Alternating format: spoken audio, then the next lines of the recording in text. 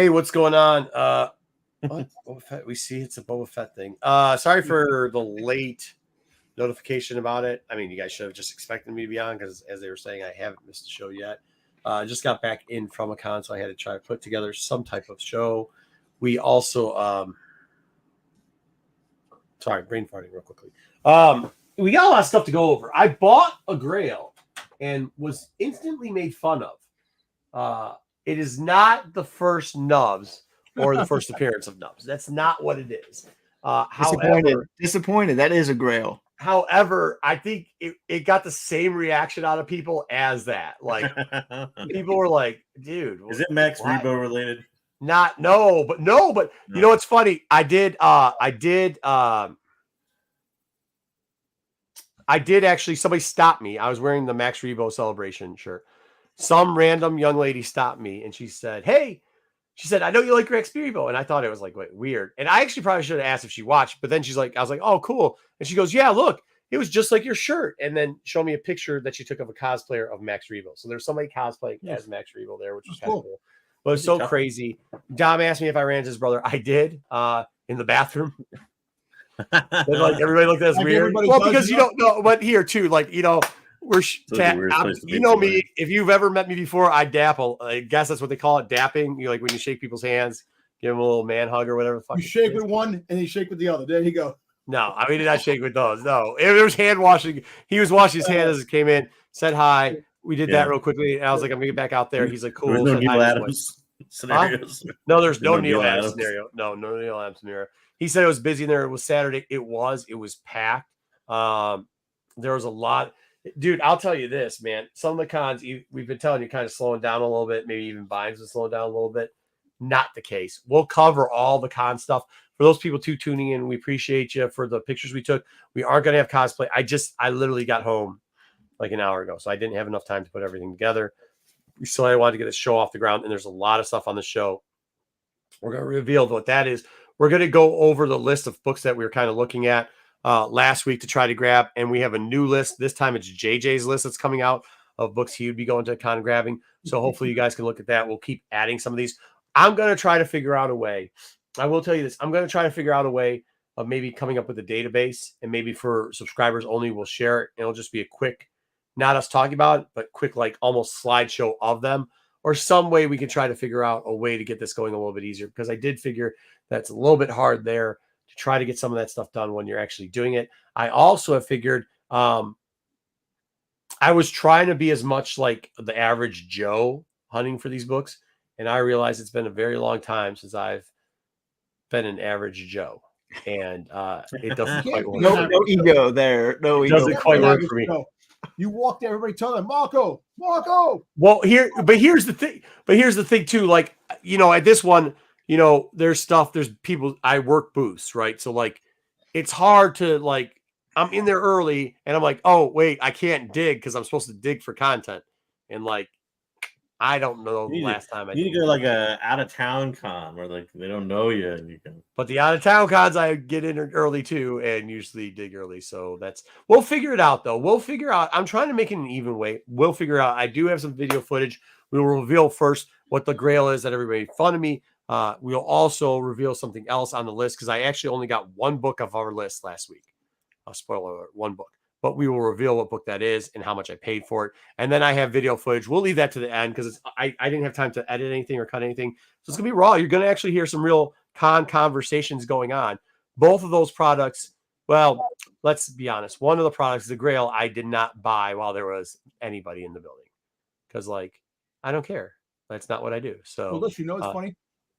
Marco, YouTube has made you famous, so you can't go anywhere. That's not true. I was famous before that. Like, most of the people there don't realize that I do YouTube. Actually, while I was buying the Grail, somebody's like, "What are you doing?" And I had to cover the mic and be like, "Hey, I shoot this for content." And they're like, "What's content?" And I go, "Oh, I do." They're like, "Wait, you do what?" And I've known these people for 20 years. Doesn't know about it. They don't care. They don't. And they don't. One of our people that Wayseeker's met before, Bill, has told Wayseeker, I tried to watch Marco's show one time. It's terrible. I will never watch it again. And he's like a very good friend of mine, like really good friend. So they don't watch it. I have another friend. You'll see him on there. every chance he can get, he makes fun of me and tells me that he doesn't watch my stuff. And furthermore, proceeded to give me this book. Spoiler alert, real quickly. I think we passed 5 minutes, so I can show this so we don't get in trouble. I kind of gave you a glimpse. He gave me this book. He's like, hey, man, I haven't seen you in a while. I gave you this book. I was like, cool. So I came home and I was going to give it to my kid. And I'm like, oh, I wonder, like, yeah, it looks like it's got some cool stuff in it. I was like, that's kind of weird. Yeah. That's kind of weird. Yeah. I'm like, no, that won't be going to the kids. So now I gotta hide that. Does it say like adult coloring book or anything on it, or just says coloring? Yes, it says it right on the cover. It says on the cover, adult coloring book. It does say in off color That adult. was like Nubs on the cover. Right. Okay. Hold on, though. Here's the deal. When he's like, hey, I got something for you, I thought it was just like a joke, like, here's a coloring book, ha ha ha, like, you know, whatever. Because you just like, you got to get the sense of humor where we're joking to each other. I did text him and said, like, yo, bro, I almost gave that shit to the kids. He was like, oh, shit. And then just smiley face emojis all the time. Also, too, I went to a wedding recently and I did not show you any pictures of it all for a dear friend, too. Somebody who was at that con also. But he decided they had personal made Gronk droids for their Nice. yeah, and I didn't grab mine off the table, so they hand delivered me one there. It's a little Gonk droid. And the guy's got like 300 of the original ones, so like real cool there. Let's say hi to chat. I know I haven't gotten to them yet. I'm trying to give some people some time to file in because I know we got a late start to this, or late lease in. Ruben, Star Wars Sunday with the crew. Can't wait for the rants, the Star Wars talk. Wish I could join y'all. There will be. I actually had to tell them to calm down because I could hear them yelling through my entire house about something going on. So I assume news is going to be. Damn, has some crazy theories. So far, no blue snaggletooth bear has been spotted in Heck Like Trailer. I agree with that. Very good, Dwayne Scott. Thank you for that. Mr. Appleman, hi, everyone. Looking forward to catching up on Star Wars news. I'd also like to say I'll probably go up and get his card because I can't remember. I think it's Argo's the name of it. Roger, LCS owner out in Grand Rapids. Real cool guy. He's like, yo, man, da da da da. Love the show, love the dark side. Well, at least he said, I love you on the dark side. I don't know about the rest of you guys, but he said he loves me on the dark side. And then the next day he disappeared like shortly after that. And then I was like, oh shit, maybe he was just joking with us. But no, what actually happened, he got food poisoning, sucked. He came back next day. He's like, man, I'm so sorry. Da, da, da, da. Cool dude. I'm gonna go out there and try to get some footage of his because he's got like beef sticks. Kind of check. Oh yeah, that's it too. Whoever thought, listen, I gotta say hi to everybody, but remind me about the beef sticks. He probably did eat the beef sticks. That's not what you should do. Let's do this, Ruben. You got it. Laughing. I don't know what they're laughing at. Handshake was before, after, obviously. Hi all. Boss Rod. Hey. Hi all. Hi. Steve, what's good? I would like to be said hello to. Hello, my bargain comics. BK, what kind of filth have I come in to witness? BK, there's something about BK. I can't remember what it was. Oh yeah, he's a clown. Anyways, that wasn't it. Did somebody know his mom at the con? Is that what happened? Who doesn't? We did have a couple problems though. We've been working on this for a very long time. We got approved for a Claudia Gray interview.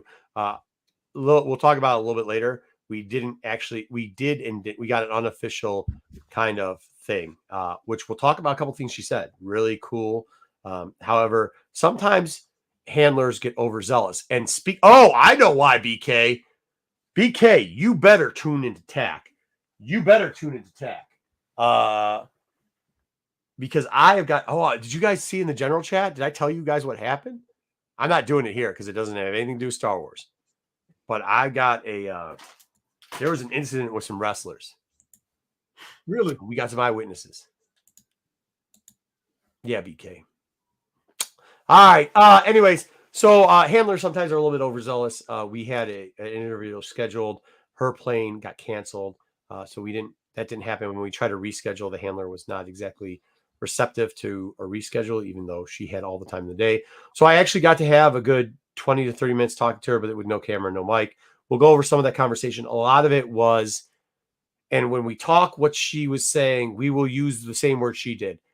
I'm not saying I know this for sure, but if I had to guess, so all of it was guessing. We'll say it was all very strong guessing. She gave us a little bit of a look inside maybe of her guess, not what's going to happen with High Republic. So we'll talk a little bit about that too. Okay. Lady V, good to see you. We've got some Star Wars Unlimited. They just dropped a ton of cards this week. We're going to cover that. I also have got a pack to open. Let's get into it. Let's get some news. I don't think we need to do anything else. I think we've kind of burned some time and burned some stuff. So let's get into it and say hi to or get the Dom rants going. There's some news in here that was against my will put in here because of Dom. So we'll get to that too. Dom, Yeah. Also, I would like to say that this is the first week where I pretty much had almost zero input into the show. So if the show sucks, blame it on the guys below. All right. Thank you very much. So if you can. So I don't know. Dude, you twisted my arm. But we'll start off right here. This one is unfortunately goes against what everything Dom has been wanting and hoping and saying. But Biker came out this week and admitted that Disney Plus has been too focused on quantity over quality. And he said there's going to be a lot more accountability on content going forward. So it's not going to be directors giving as much leeway, writers giving as much leeway. There's going to be more eyes on all projects, which means they're probably going to take a lot longer to make, and they're going to continue to pull back on content. So shows are going to take longer to make. I'm all for it. And it's going to be over. It's going to be quality. I think this is exactly what we need. Dom, you got to use sunscreen, bro. You got to use sunscreen. What are you talking about? Go ahead. Less but better. This is great. No, I get it. No, I think this is great. What do you mean? What am I saying? I think it's great. Yeah. Sorry, Dom. I think this is It's more. not the thing about being sorry. It's a fact that if they got the writers down packed and did good stories, we wouldn't be talking about this. Well, that's what they're doing. That's what they're trying to do. They're telling. Actually, I don't see how this is trolling Dom. I don't see how this is trolling Dom. Dom wants both quality and quantity. The whole fact is that I will take. Hold on, Dom. Can I defend you real here? Go ahead. For a second. Okay, listen. I'll be the first person to call Dom out when he says something just like off the wall crazy. But Wayseeker, you are incorrect in the statement. Dom, if nothing else, has asked for quality writing. Now, he may not know what quality writing is. That's okay. But at least the one thing you could say is that he's been arguing for. No, I said Dom wants quantity and quality. Dom thinks you can do both. Dom thinks you can create a project in like 3 days and it can come out on Disney Plus immediately. Well, I'm saying he does. Okay, that's where I'm saying like maybe he's unrealistic with that, but this is not a bad statement for him. This is not trolling him. He actually enjoys this. He would like better quality. That's what he says, at least. I would like better quality in comic books and everything, so we get some good stuff that we can listen and enjoy. Saying this was great. Some of us do enjoy some of the stuff. The last time, when was the last time this whole panel said, "Wow, that was fantastic"? All of us. Andor. Okay, Andor. But that was far few in between. There's a lot of people that. Adventures of High Republic 1. We actually liked. I mean, there's a bunch of stuff that we have liked. I mean, there's some books. There's a lot of books we all like. The novels, like me and Wace, the people who've read them agree that some of them are good. Some of them need a little improvement. So, I mean, you shouldn't have done. That's not the route you should have gone down. You should have gone down like, yeah, I wanted quality. What's wrong with getting quality and quantity? That's the route you should have gone. I know. Rather than like stuff that we've liked, we've obviously liked a bunch of shit. So like, that's not the route. Fact that it's going to be a slow burn, and that's when I'm going to have to look at that and take it. So I'll be 80 years old when I finally get. It's not really that slow though. I mean, you're getting several Star Wars properties that come out in a year. It's not like they're going to say like two movies, and maybe why even two? Actually, Dom, here's the good news. Here's actually the good news for you. You might not get the Rey movie because if they're focusing on quality over quantity, if people he's talking about Disney Plus. He's talking Disney Plus only. Okay, yeah. Oh, that's got to trickle down though. No, I don't think so. I think he wants to see a lot more movies. He wants more box office. I think we're definitely done with Obi. So Star Wars is meant for the big screen. I think Iger agrees with you on that one, Dom. I want to see. I want to see a spectacle on the screen. Something like, holy shit! That this is. I want. When was the last? Hold on, Dom. You're going the wrong route with it. I'm trying to be nice. I'm worn out today. I'm really trying to be nice. It's been a long weekend at the con, buddy. Here's the deal. When's the last time you even went to a fucking movie in the theaters? The last time I went to movies, I actually went to the movies to go see. What the fuck did I go see? Oh, right, exactly. So it's been long. So I'll give you this. You're a screen realist. I think Dune Part 1 was the last time I went to the movies.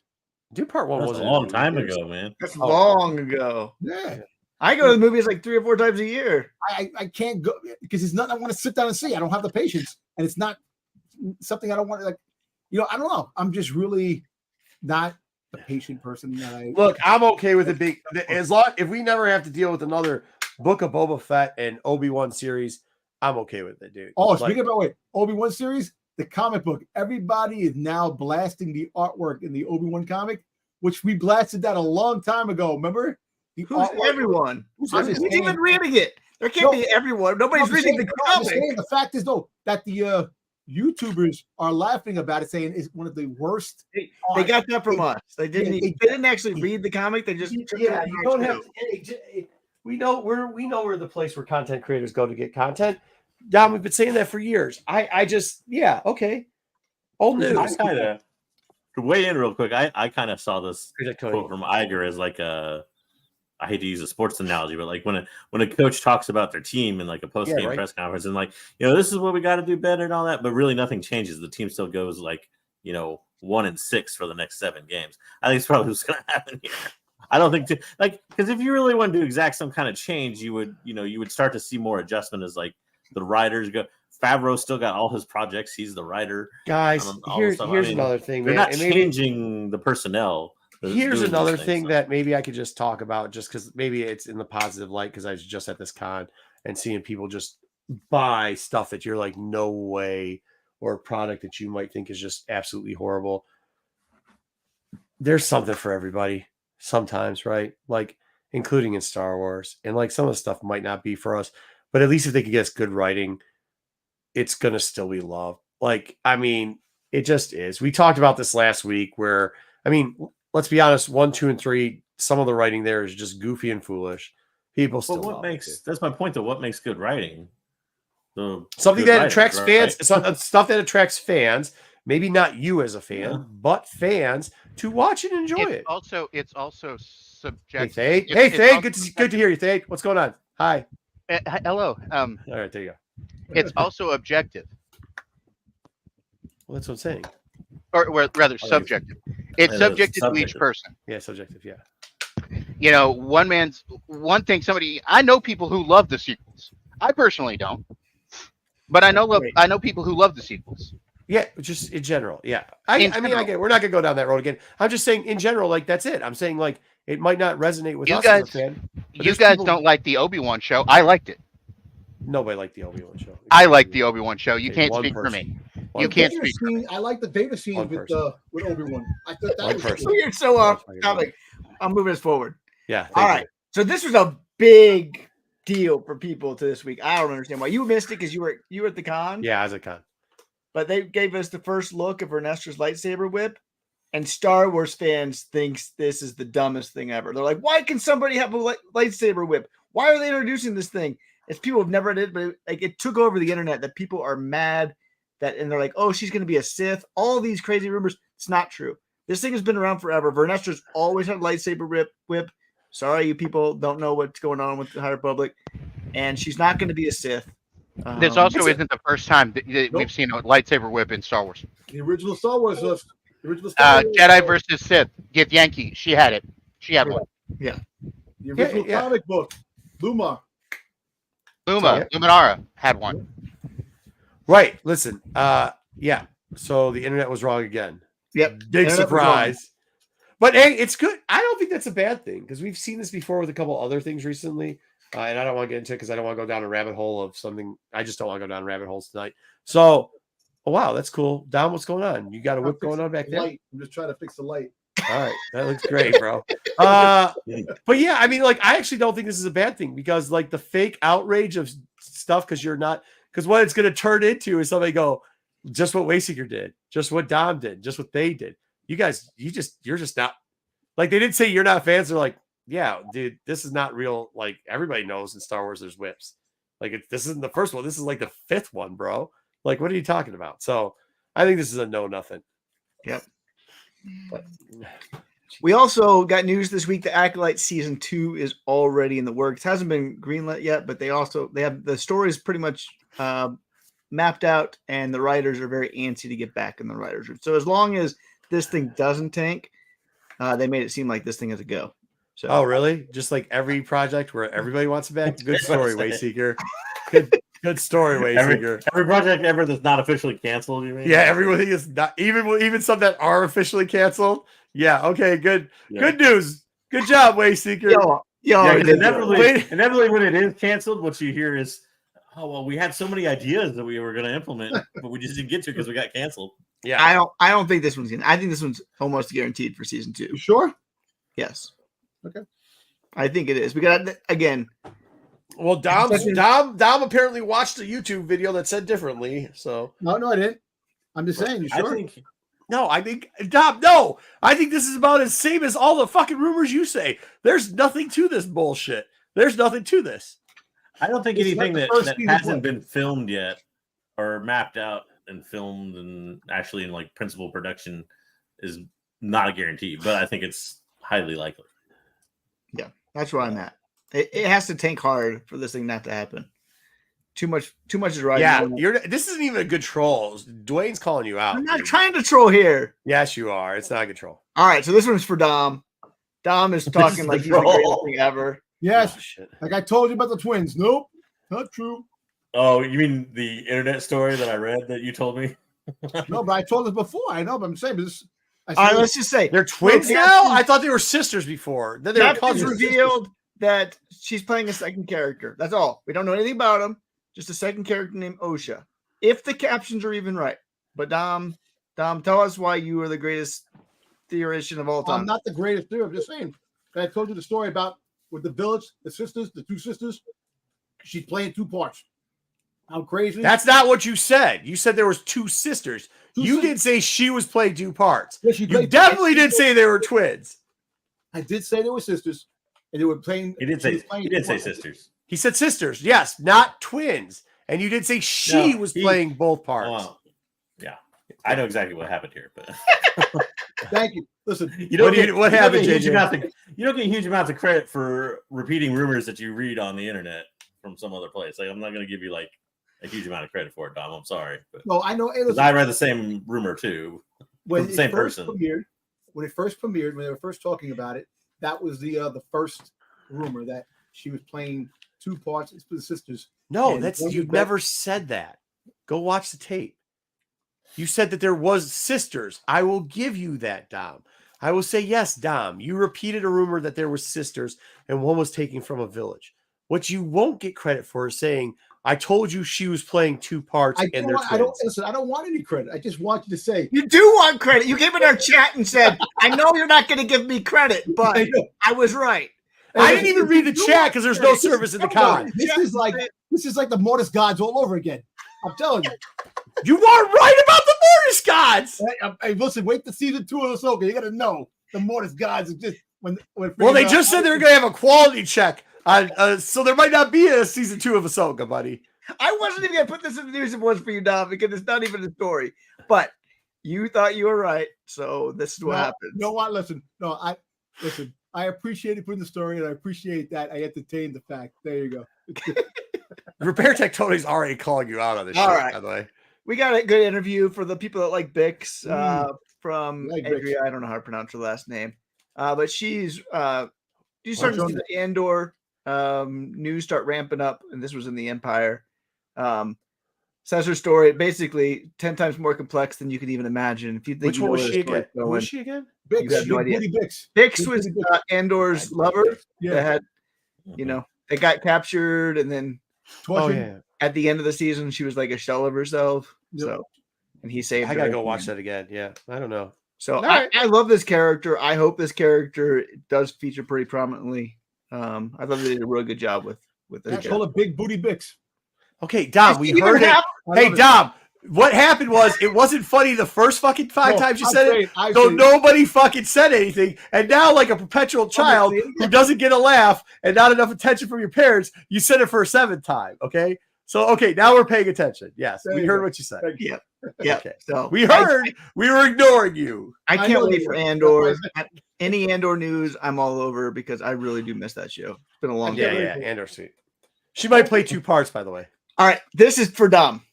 Dom is like going crazy about this thing. Dom thinks this is the greatest thing in the world. And Marco, please tell him he's an idiot. Okay. I don't know what this is. I want to hear Dom's opinion first. Hold on. Stop. Time out. Once again, The phones did not work for the whole weekend in the tomb that is it. Okay. Dom thinks that they have spoiled Boba Fett's new armor because it was in an episode of The Simpsons.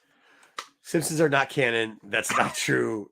There's no way he said that either. He said something about three sisters being lovers, and then one of them really did say this. He did say this weekend. Go on, Dom. No, I sent this after reading it, saying that Disney likes to put like Easter eggs, and possibly this could be Boba Fett's new armor that has. Jedi is busy. By the way, yeah, he is very busy. I can either confirm or deny if he is shooting for the second season of Ahsoka. I cannot confirm or deny. It's kind of cool that they show the respect. I'm just saying. There you go. Thank you. Was he saying? I didn't listen to anything he was saying. Are we going to start playing we cannot confirm or deny for Disney projects? Because I can't confirm or deny either. Dude, Tom, do not go ahead, JJ. Please tell him. First off, this is just because they're both under the Disney flag now does not mean they play off of each other that much. One is 20th Century Fox Productions. One is Lucasfilm Productions. If one rips off the other or drops an Easter egg in it, that's not possible. They still sign separate contracts and can even still sue each other. Just because Disney owns them both doesn't mean that The Simpsons gets the right to use Lucasfilm can 100% sue The Simpsons. Yeah. So they're just going to break copyright and say, this is Boba Fett's new armor. You see it now. First off, it's a generic Mandalorian armor that they put a Boba Fett type character in because of the fact that they'll get sued probably if they did it exactly like Boba Fett. So there's a reason why it's different. It's not because it's a new armor for Boba Fett. It's because they don't want to get sued. If you I didn't even get that they put a character. I didn't watch any of it, so I didn't get anything. Yeah. If you're into conspiracies, you know that The Simpsons predicted a lot of things worldwide that happened in things. Can I also ask a question? Actually, after being at this con, why does it seem that like all hoarders are into conspiracy theories? I don't know, but it's not related to what they're mentally ill. You have to stay in your house because you have no room for anything else. Because they're mentally ill enough to be hoarders in the first place. It was a joke. It was a joke on Dom, and we took it too far. Okay, next thing. Go. This was the story. Dom begged to be included because he is desperate for Boba Fett. No, he didn't. You're trolling him, right? No, he did. No, I said that. Why did he beg? He just said, "Put this in the news." Thank you. I just said if you can. That's it. I did not beg like, oh. How many articles has he put in the news so far? Wayseeker, are you even writing the news anymore? Or is it just two? He's taking over. He's slowly taking over. All right. Dawn of the Jedi had a tentative working title was revealed, slipped by one of the writers. The tentative working title is Jedi Prime. How bad is it? That's terrible. It's a tentative working title. Who cares? I don't. It's Transformers title, right? If it's under canon and it's the beginning of the Jedi and but no, Jedi. A tentative title is not going to be an official title, dude. Why are you worried about it? It could be an official title. It hasn't been revealed yet. The writer revealed. Dude, the Blue Harvest was one of the names of one of the fucking movies, man. Like, it's a non sequitur until we actually hear what it is. The writer revealed that it was going to be called. So I'm just calling it tentative because it hasn't been officially revealed by Star Wars. The writer said the movie is called Jedi Prime. Well, that's great. He can throw that out there all he wants to, but what are you afraid he's going to say? Jedi's transform and roll out. I think Ruben's right. It's going to be Jedi Optimus Prime. That's what we're going for here. Yeah, crossover. I'm down. I like crossover stuff, dude. I'm down for it. Hey, G.I. Joes and Transformers are working well. Let's do Megatron and Transformers and Jedis, Transformers and Sith. Yeah, the Decepticons are working with the Sith. Well, we've never even been sure. Like, look. There were ETs there were ETs in the Senate, man. That's all I'm saying. And there was an ET on planet Earth during the movie ET. Exactly. We don't know where the Star Wars galaxy is, man. They're skipping right past that G.I. Joe collaboration and just moving right over. I love it. When E.T. saw Yoda in the Halloween costume, home. So kind of new, Dude, what happens if it's actually a Thundercat and Star Wars crossover? I think that fits even better, dude. I'm good. Okay. Bargain basement, Kyle. I take offense to that name. But we probably do need to explain why it's the working title, right? Go ahead. It's pretty. Yeah, because because that symbol there, the first Jedi, is known as the Prime Jedi in canon. Hence Jedi Prime. Okay, again, that's great, but it's still just a working title. I didn't say it wasn't a working title. I didn't say it wasn't. That's the reason for the working title. That's the reason for the working title. But because they're referring to the beginning. He's pretty much just referring to that this is going to be the story of the beginning. Okay, cool. I mean, it's okay. Like, I mean, whatever. Patient Zero in a zombie flick. Patient Zero, the beginning. That's what it's like. Yes. Great. Correct. Again, I don't see why this is news, but okay. It's a dumb name. That's why it's news. Even if you can come up with a better working title than Jedi It Prime. should have been Jedi Nubs, right? That's what it should have been. Totally. Oh yeah, he would have totally been up for that. Fucking Ancestor and Nubs is the Prime Jedi. Yep. Might be. It might be. You know what? Pobian. You know what? Pobian Wait, might be one the of these first days. Jedi. One of If these the first days. Jedi is Pobian, I'm all in. One of these days, when they come out with a life-size Nubs, I'm gonna take a video of me barbecuing it on a grill for you. What? Oh, dude. Damn. Dude, Yeah, that's I don't too think far. you want to ruin your grill, bro. All right, far. next up. All right, we get the first look at some Skeleton Crew merchandise. Gives us a little better look at the crew. This was another Dom. Yeah, Dom's taking over the news. I said that. This is better news than the other one. No, not really. Not really. No, I don't. We've already What seen is these this? people. I don't know what it is. It's some. It's like a plant, like a little metal, like This metal. is what we saw in that trailer. Dude, was some that a piece real of trailer? Or was that crappy a trailer at merchandise, Celebration? It was a celebration one, but it's the only one you've seen. Can we not shit all over a show before we watched it? This show's gonna be They're gonna bad. save Ahsoka. These What makes you kids are say- gonna save Ahsoka? This show is going to be bad. What automatically good or makes you think bad, it's gonna be bad? Everything they described it as, it's going to be bad. But that's fine. It's not for me. It's not It's not bad. This is the new story. I don't see the point of. Well, back in We the already know day, what the character. it's like Spaceballs. You know, Spaceballs. How's this a better look at the crew? We saw them already on video. And Josie and the Not Pussycats. everybody has. Only people that were at Celebration saw them. Or us. Okay. Yeah. Or us. Well, we saw the thing, but at the end of the day, there goes What little thing? Max Rebo character. Don't tell people we saw the little thing, bro. I don't know what that means. Pause. Not me. I didn't see any little thing. Pause. No, Diddy. We knew Marco was in the bathroom for quite a No, while. absolutely not. Pause. Take your No. hands. Take your No. No. We saw a trailer that had these characters in it. That is it. Good day, sir. Good day. What is wrong with you in the news? Stop letting Dom write the news, Wayseeker. I can't help it. And yes, now finally something I have to agree with BK on: grilling with Thay coming this summer. Yes, I'm gonna barbecue nubs for I now Wayseeker. regret actually digging up the actual article that this was related to and posting the thing. That's I what did. Wayseeker actually pulled it from.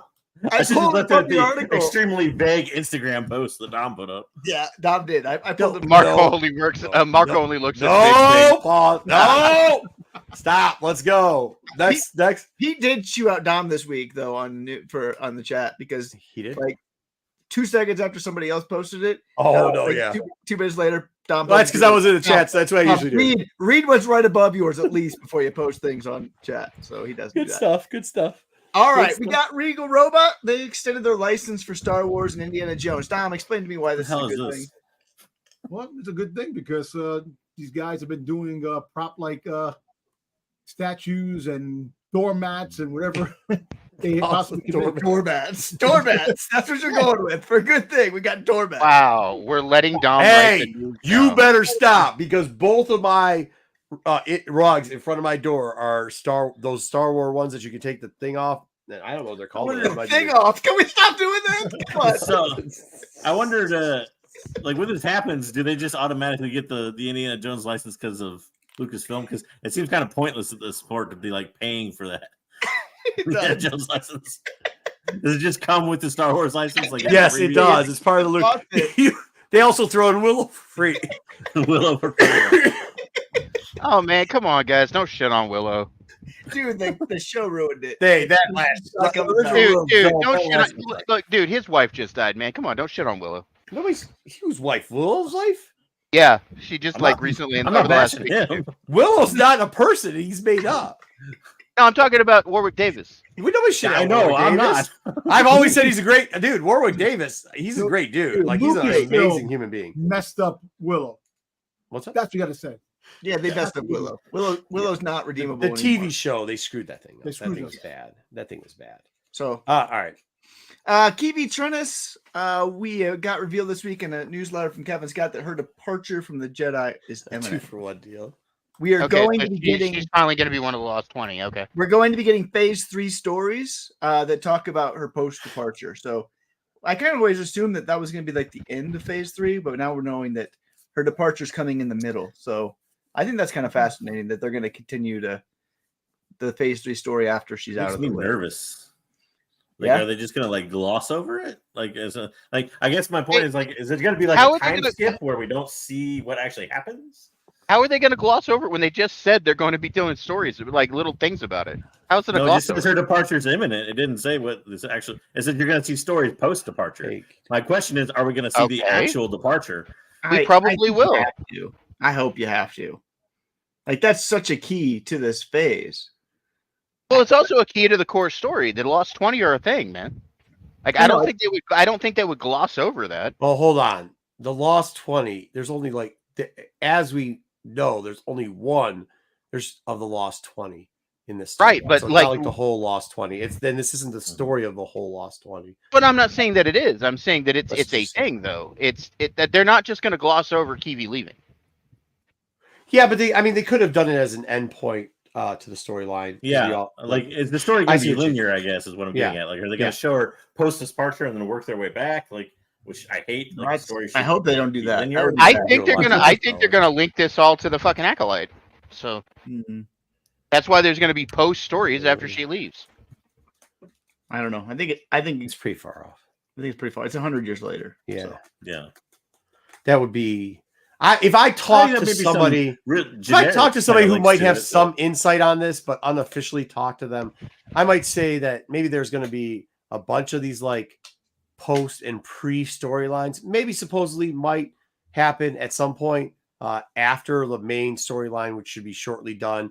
So the High Republic phase is going to continue, but in that continuation, just supposedly, maybe not officially, if you were going to speculate on it, they would do portions of that, give Kiwi's story as one portion of it. They might do, I don't know, maybe, should we say, just guessing here, but maybe Charles, a man thing. Maybe they're going to do a Charles Mann expansion story of his time with Geos and Ava. I'm not saying they're doing that. I'm not saying anybody said that, but maybe that might be a route they might be going for. I get you. My problem with it not being such a linear thing is we've already skipped around so much. We skipped basically 100 years into the past for a whole phase. And that hasn't even really been that's why I'm wondering why you're worrying about linear story. This already not been linear. Yeah, but it's already hopped around. It needs to start solidifying into a story that makes sense. There's very little connection to phase 2 to phase 3. I don't want to see phase 3 get any more disjointed than it already is. I'd agree with that. The Tay thing was the only joining factor, and it's not good. I agree with that, JJ. I would agree. Okay, that's fair. That's a fair statement. Yes. Yeah. So we'll see how this plays out. I hope they do it right because this has kind of been the build. Well, like I said, if I talked to somebody and they had a little insight, maybe that they thought it did sound like there's going to be a little bit more cohesion coming up here. I get what you're saying there. Thank you. All right, go ahead, Wayseeker. We also got more delays. And I think this is the other part of phase 3. Oh, God. Phase 3 has been so hard because there's been so many delays to these comics. Who's the artist? Who's the artist on that cover? I don't remember. Which one? Right or left? The one that draws all the faces exactly the same. Oh, yeah. No matter what character it is, unfortunately. Yeah. Which issue is that? I can find out who the cover artist is. This is 7A cover. 7A cover that's still not coming out. But 7A cover. Okay. A cover 7's been. This is the third time 7's been delayed. Yeah. And so now we're talking about 6 to 8 weeks between 6 and 7 coming out. Mm-hmm. It is so hard to keep up with the story when you don't have a story coming out regularly. Right. I think they dropped the ball on this. I feel like this has really hurt phase 3 a lot more than they're realizing. I'll tell you one thing I can tell who didn't draw the Saber for Hire cover given those feet.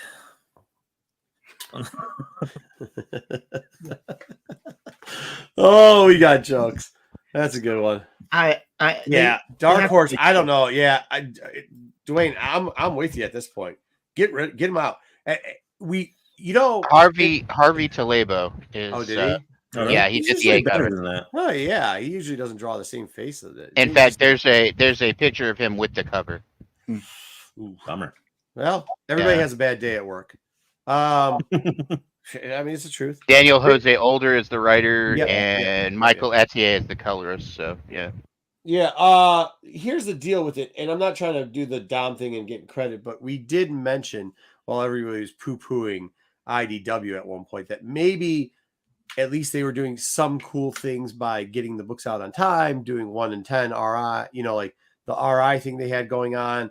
And that if we went to Dark Horse, we might look back on it and say, ooh, this wasn't a good move. And it appears, unfortunately, that we are saying that now because I just give it back to IDW, which is something I never thought I would say. But you may see it bounce back quicker than you think too, because parent company is not financially sound there for Dark Horse. Yeah, you might be able to get some rough. That really does suck. Total War Star Wars game in development by Creative Assembly. Who wants to play Total War Star Wars? I'm okay with this. I played Total War Warhammer, and it's good. It's a good game. So what does that mean? I can imagine Total War. It's a strategy type game. So it's going to be like army. Think Command and Conquer. Think. Oh, okay. Yeah. Command and Conquer. Okay. Yeah, for sure. Yeah. There used to be was it Empire at War? Empire at War was the thing. I actually still have those games. Yeah. But it's going to be like that. But Total War has done its own like historical stuff. They've also got the Warhammer Fantasy license right now. Okay. So Total War will do. They'll do Star Wars. They'll do Star Wars some justice. I believe that. Yeah. I don't think this game will take years to make. No, it won't. They'll just have to. They'll have to reskin. Yeah. But they're basically build it off of the same engine as they did the other games. Right. That's not bad. That's good. So I'd say a year, maybe a year and a half. They could probably get this out. Dom, you love that? Getting out games fast. Yeah, well, I don't play games as much, but it's pretty cool if they bring it out. Dom can't say yes. Just say yes, Dom. All you gotta do is say yes. Yes. I play Total War Warhammer, so I will definitely play Total War Star Wars. Cool. The next game is a game I've never played because I never had a PS2, but it's coming to PlayStation Plus for 4 and 5. Star Wars: The Clone Wars. Was this a good game, JJ? It was okay. It was okay. Average, yeah. It was average. All right. I've never played it, so I'll give it a try. They may give it like new missions since they're bringing it to PlayStation Plus, but I doubt it'll be much better than it was. It was an average to middle end game. Okay. Yeah, I never had a PS2. Those were between my gaming days. So no. No, the Battle of Jakku would be cool to just see it on a battlefield, man. You know what? You can crap on everything from the sequels all you want, but a Total War Battle of Jakku would be interesting because it would just be the battle. It wouldn't be all that other bullshit on the sequels, man. Well, that would be out of the what's his name? Aftermath stuff. Yeah, Aftermath stuff, which was really good, man. Yeah, the Aftermath that is good, but it's still going to lead to the First Order crap. Get some race loan, all that stuff. It'd be fun. Yeah, okay, so it's just First Order, man. Who gives a fuck, man? Yeah. All right, this one's for Ruben.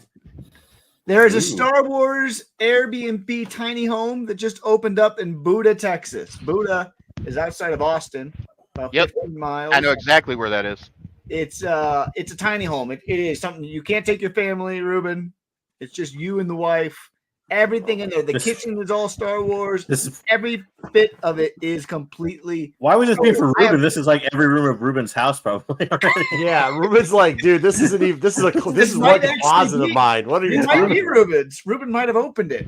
I don't know. You're like, dude, why are you talking? This is my 8x8 storage unit. Yeah, Ruben's like, I'm on my way ordering now. Ruben, you're not gonna fit in that bed, bro. Like, he'll get stuck when he climbs on the top of the thing. But it's a tiny home. So hey, there's one of those rugs. Yeah. Washables, that's what they're called. Yeah. So there you go.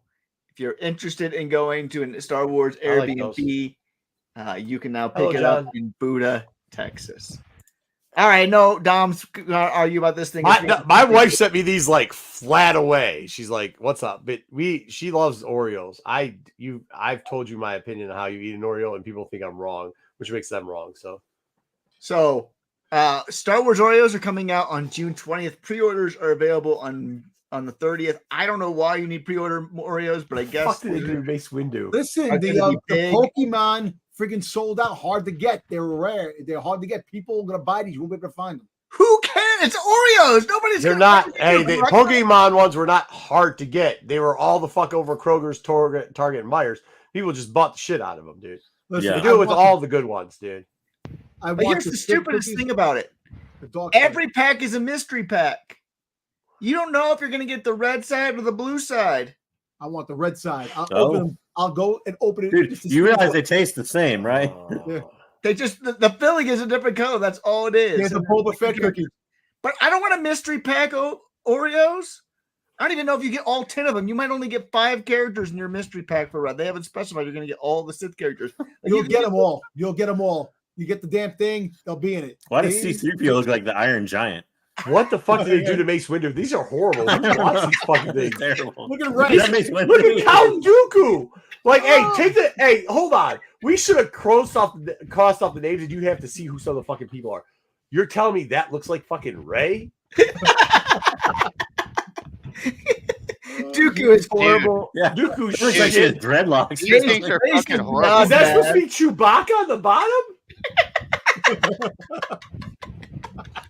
These are horrible. These look horrible. Why does Grievous look like a crab upside down? You know I might still eat them, but they look horrible. I can't see what the Boba Fett looks like. I want to see what the Boba Fett looks like. Are they gonna be double stuffed? If they're not double stuffed, I don't think they're double stuffed. I think they're regular. These bums. Oh, if they're not double stuffed, it's not worth it. Dude.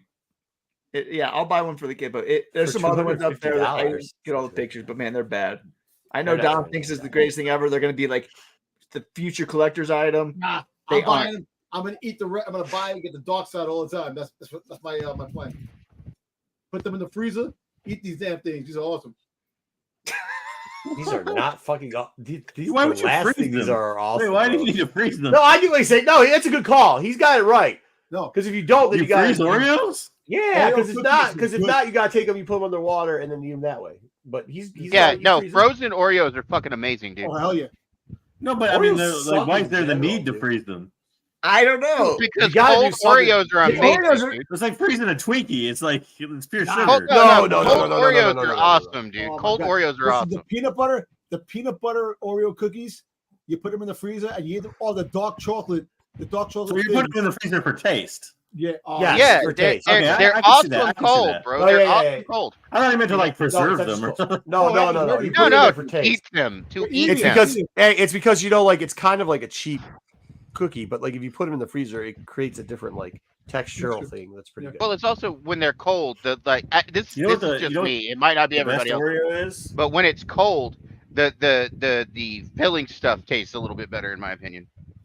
What's the texture thing? Yeah, go ahead, JJ. Yeah, Dave, I agree.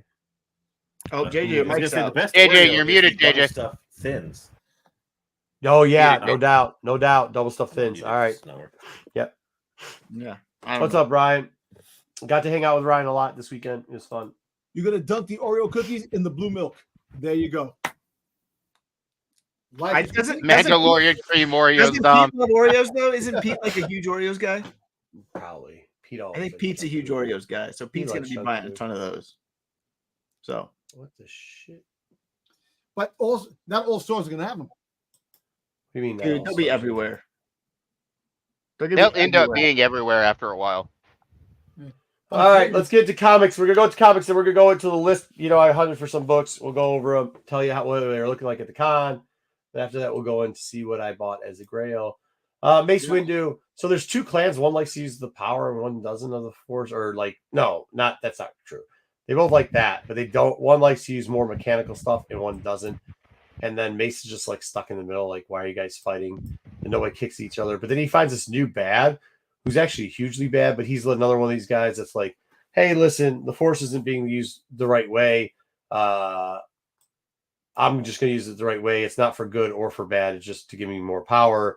And Mace Windu's like, "You're an idiot." And then he's like, "Hey, listen, lady, you don't do anything except for talk. So unless you're going to talk her to death," he literally says, "Let's get on the plane and get out of here."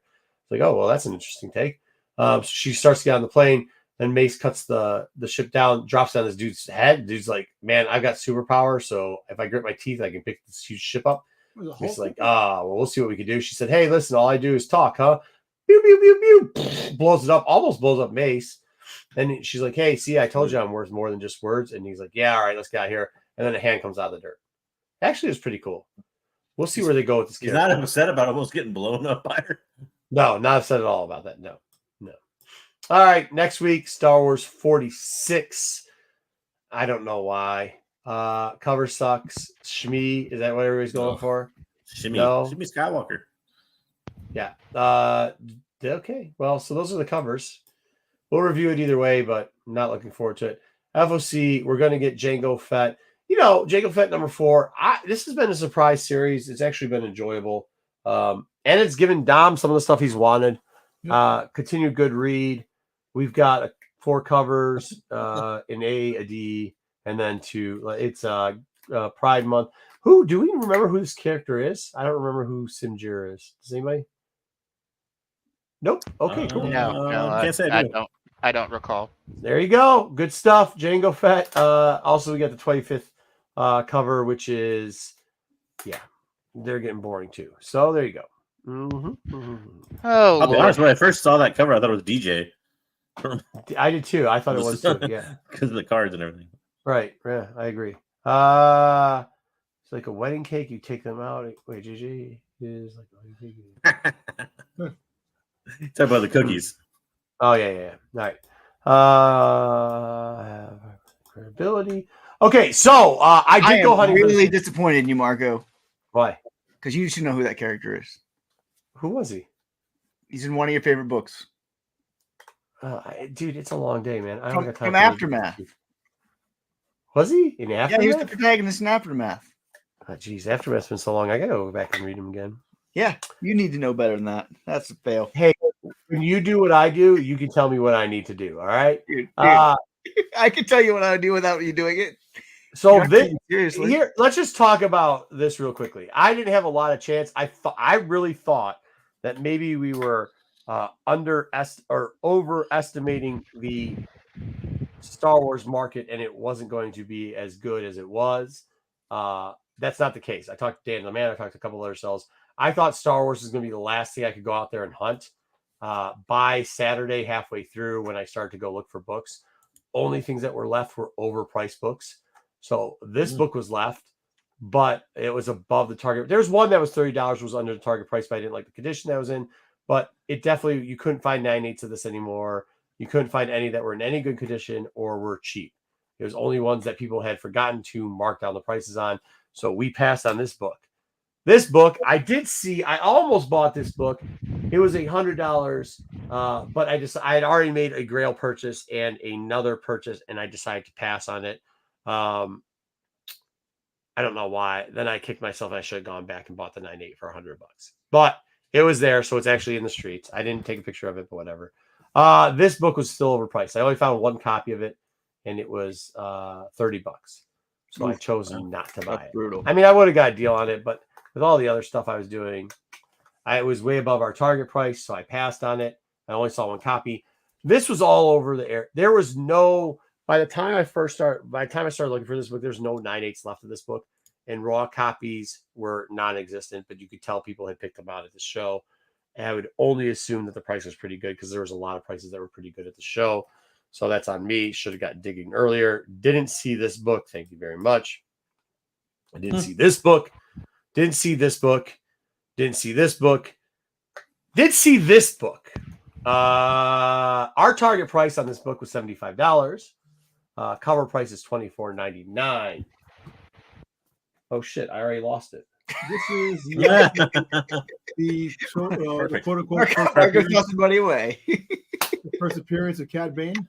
Great. You had one job for the segment. Oh, here it is. All right, here I go. Okay, go ahead, Wayseeker. Explain what this is, because Dom was explaining.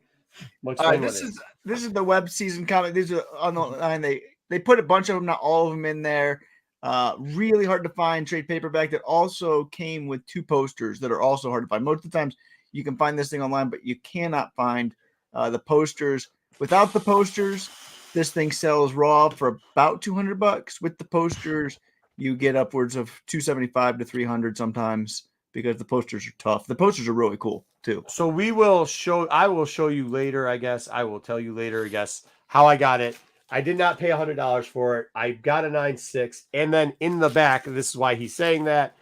I also, because of how they're doing it, they don't file the posters with it. But the guy also, dang it, man. I forgot what's his name. But either way, he had both posters in there. So these are the posters that come with it. Should I open the posters, Wayseeker, or should I not? They're good looking, but it's up to you if you want to open them or not. I don't care. I'll open them so you guys can see them. They folded them? They come folded. They came in the back. Yeah, but you try not to. Mine came rolled. Oh, really? Oh, this is all fold. Yeah, it's a folded poster. And if it's graded, they have to put it somewhere. They can't roll Yeah, it. they got to put it somewhere. Yeah. So there, this has never been rolled before. This has been folded. And then the other one is That one's my favorite of the 2. Really, you like that one better than the Cad Bane one? I do. Then this is the other one. Ooh, Dooku. We almost ripped it. Can you guys see? Oh, yep. I just don't think Ventress doesn't look right to me on that one. It kind of bugs me. And then you got the guy in the right corner that nobody wants to see. Yeah. What guy? So I think I did all right. Trade Federation guy. I actually got it for, I know it's $100, but we'll show you later the video of it and you can decide for yourself. I'll show you the other books that were in there and you can see if I pass. There was actually a Jedi vs. Sith, but I think it was 9.4, 9.6, which I'm not looking to buy because I'm only looking to buy 9.8s in that. We could go through the rest. I did not get over to, hold on now. I didn't get over to trade paperback section I didn't see any of these. I didn't see a single one of these. By the time I got there was nothing left there anyways.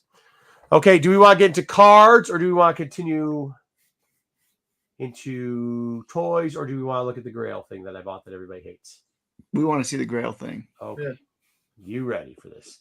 Dom, I think you might actually like this. It's going to be nubs. It's going to be. I got a video of it too. Hold on. I have to get existence. It's going to be nubs. Huge. So, I have a dealer friend. His name's Brad. You guys have probably seen Brad's stuff before. And he gets a lot of cool stuff in. And I never get FOMO, but Brad has a way of pitching stuff to me because he knows before I've waited for stuff and lost out on it. And he will always tell me he lost out. Well, Brad had a pretty large Star Wars collection come in. A bunch of cool stuff. And one of the things that I looked at, because he was trying to pitch other stuff too for maybe from the Empire and other lines, but I love Jedi. So I had seen this there, and I had asked him, is it complete? He says, not only is it complete, but it's got some of the stickers in it. And why I say that is because for some reason, whenever you say anything that has to deal with the Ewoks, people think you're an idiot. They're like, they are the worst characters ever. They're terrible. I have the video of me opening this and going into it. It does have like... They're Care Bears on crack. Exactly. This is what I got the whole fucking time. So I'm like thinking about buying it. I paid $200 for it. It's got all the pieces. It's super clean. That's there. The netting's there. It's got, the little rock balls there. It didn't look like it was played with at all. I actually do ask him at one time if it was there. If he had cleaned it. He said he didn't. This is how it came. It has gotten some of the original stickers still on the pieces, which you don't see those anymore. The netting was 100% like the netting is perfect, which also you don't see.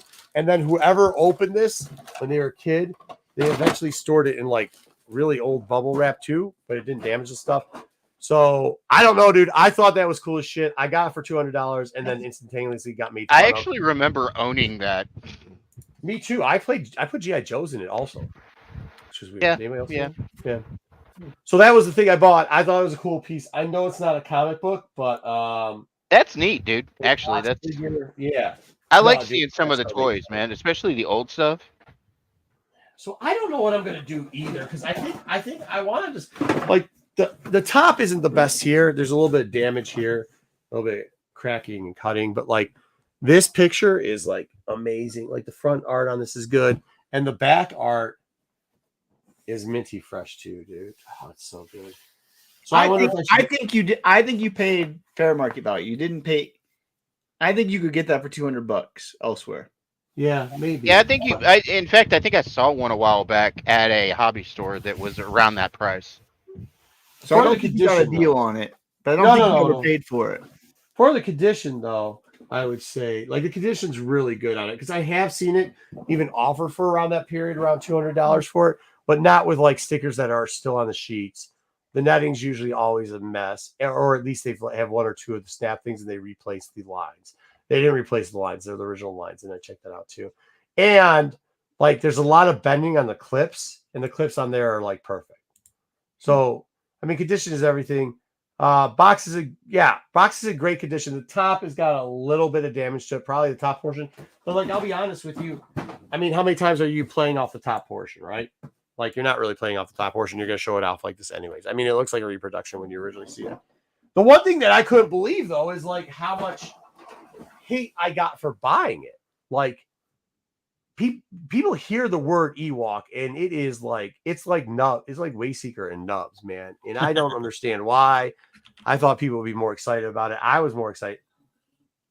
Oh, cool. Thank you. Yeah, he's not one. And it's yes, the instruction manual is inside too. It is all the page, like everything's in it, dude. It's like, that is awesome. You still have even the instruction manual. That's freaking amazing. Manual's in there too. So that's what I'm saying. Like sometimes you could find it in decent condition and all, but like with all the pieces and everything that's in there, I wouldn't have bought it because it's not something I would buy, but it's still cool. Yeah, you would have bought it. If it was Nubs, I would have paid $400 for it. Of course you would. You would have overpaid. Totally, just like you overpaid for Boba. I don't overpay for Boba. Yeah, you overpaid for Boba. We've seen you buy Boba Fett comics for like $100 for one. Let me tell you something. Boba Fett is worth its weight in gold, son. Boba Fett has earned the price it is. That's cool, man. That's cool. So I got to figure out a way to display that too, and because that was the other thing that I brought up with it. But that was probably one of my bigger Star Wars purchases there. Actually, I'll show you the video on how I got that Clone Wars thing, and that was the other thing too with the webcomic. I think we're thinking of cracking it. Oh yeah, I think you crack it. Oh yeah. I don't understand having it. Can you press something like that though? It doesn't matter. I think it sells better. Like if you like this book selling, crack it out and sell it raw. People want to read it. They don't want a slab of this thing. It's a hard to find trade paperback that you probably, if there's one up on eBay, that's pretty rare. So it's, but so the person's still up on the web though. I mean, can't you just read it on the internet? I don't know if you can. Maybe you can. Who knows if they know? The person that wants it, I think, wants to read it.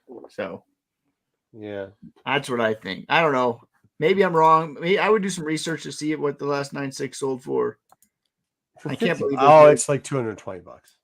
Yeah, I can't believe it's any. I'm thinking it would take longer to sell, and you're not going to get any difference between money. Well, then maybe we'll crack it open. Show everybody how we crack it open. I don't know.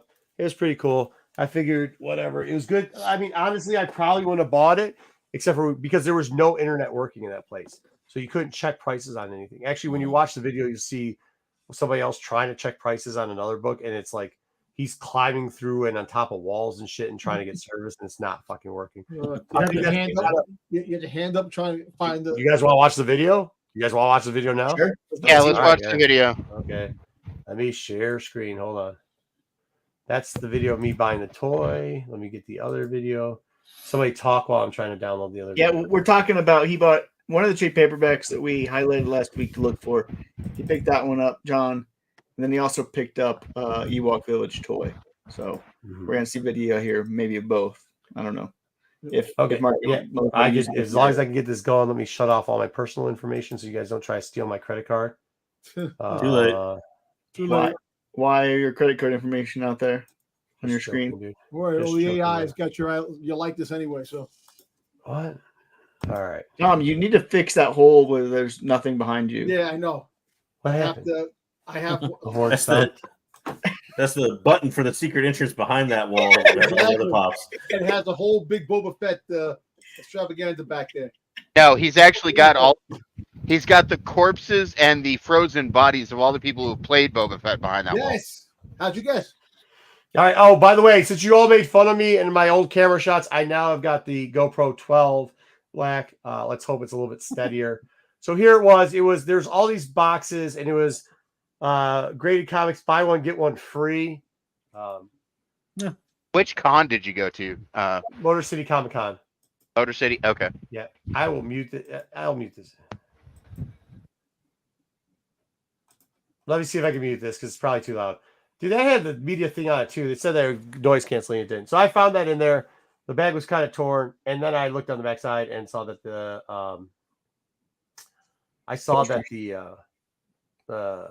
things were in the back. I'm trying to get better at camera angles. So we're trying to find another $100 slab in here. I'll go. What was your free comic? Huh? What was your free comic? That's us. Well, so I got B Smith with me, and I was like, B, I don't know, man. If I could find two, I'll find two. If not, let's just split it, and I'll buy one for 50. I eventually just ended up buying one for 50, and he bought one for 50. So we looked at Evil Ernie, and I'll go through the rest of the slabs to see, because eventually I was trying to get like, but do you see what he's doing? He's like already raising it up. Yeah, dude. And then he's like, yo, there's this little hole someplace. So you'll see her go like, yeah. Do you know where the hole is? A skylight. Like, yeah.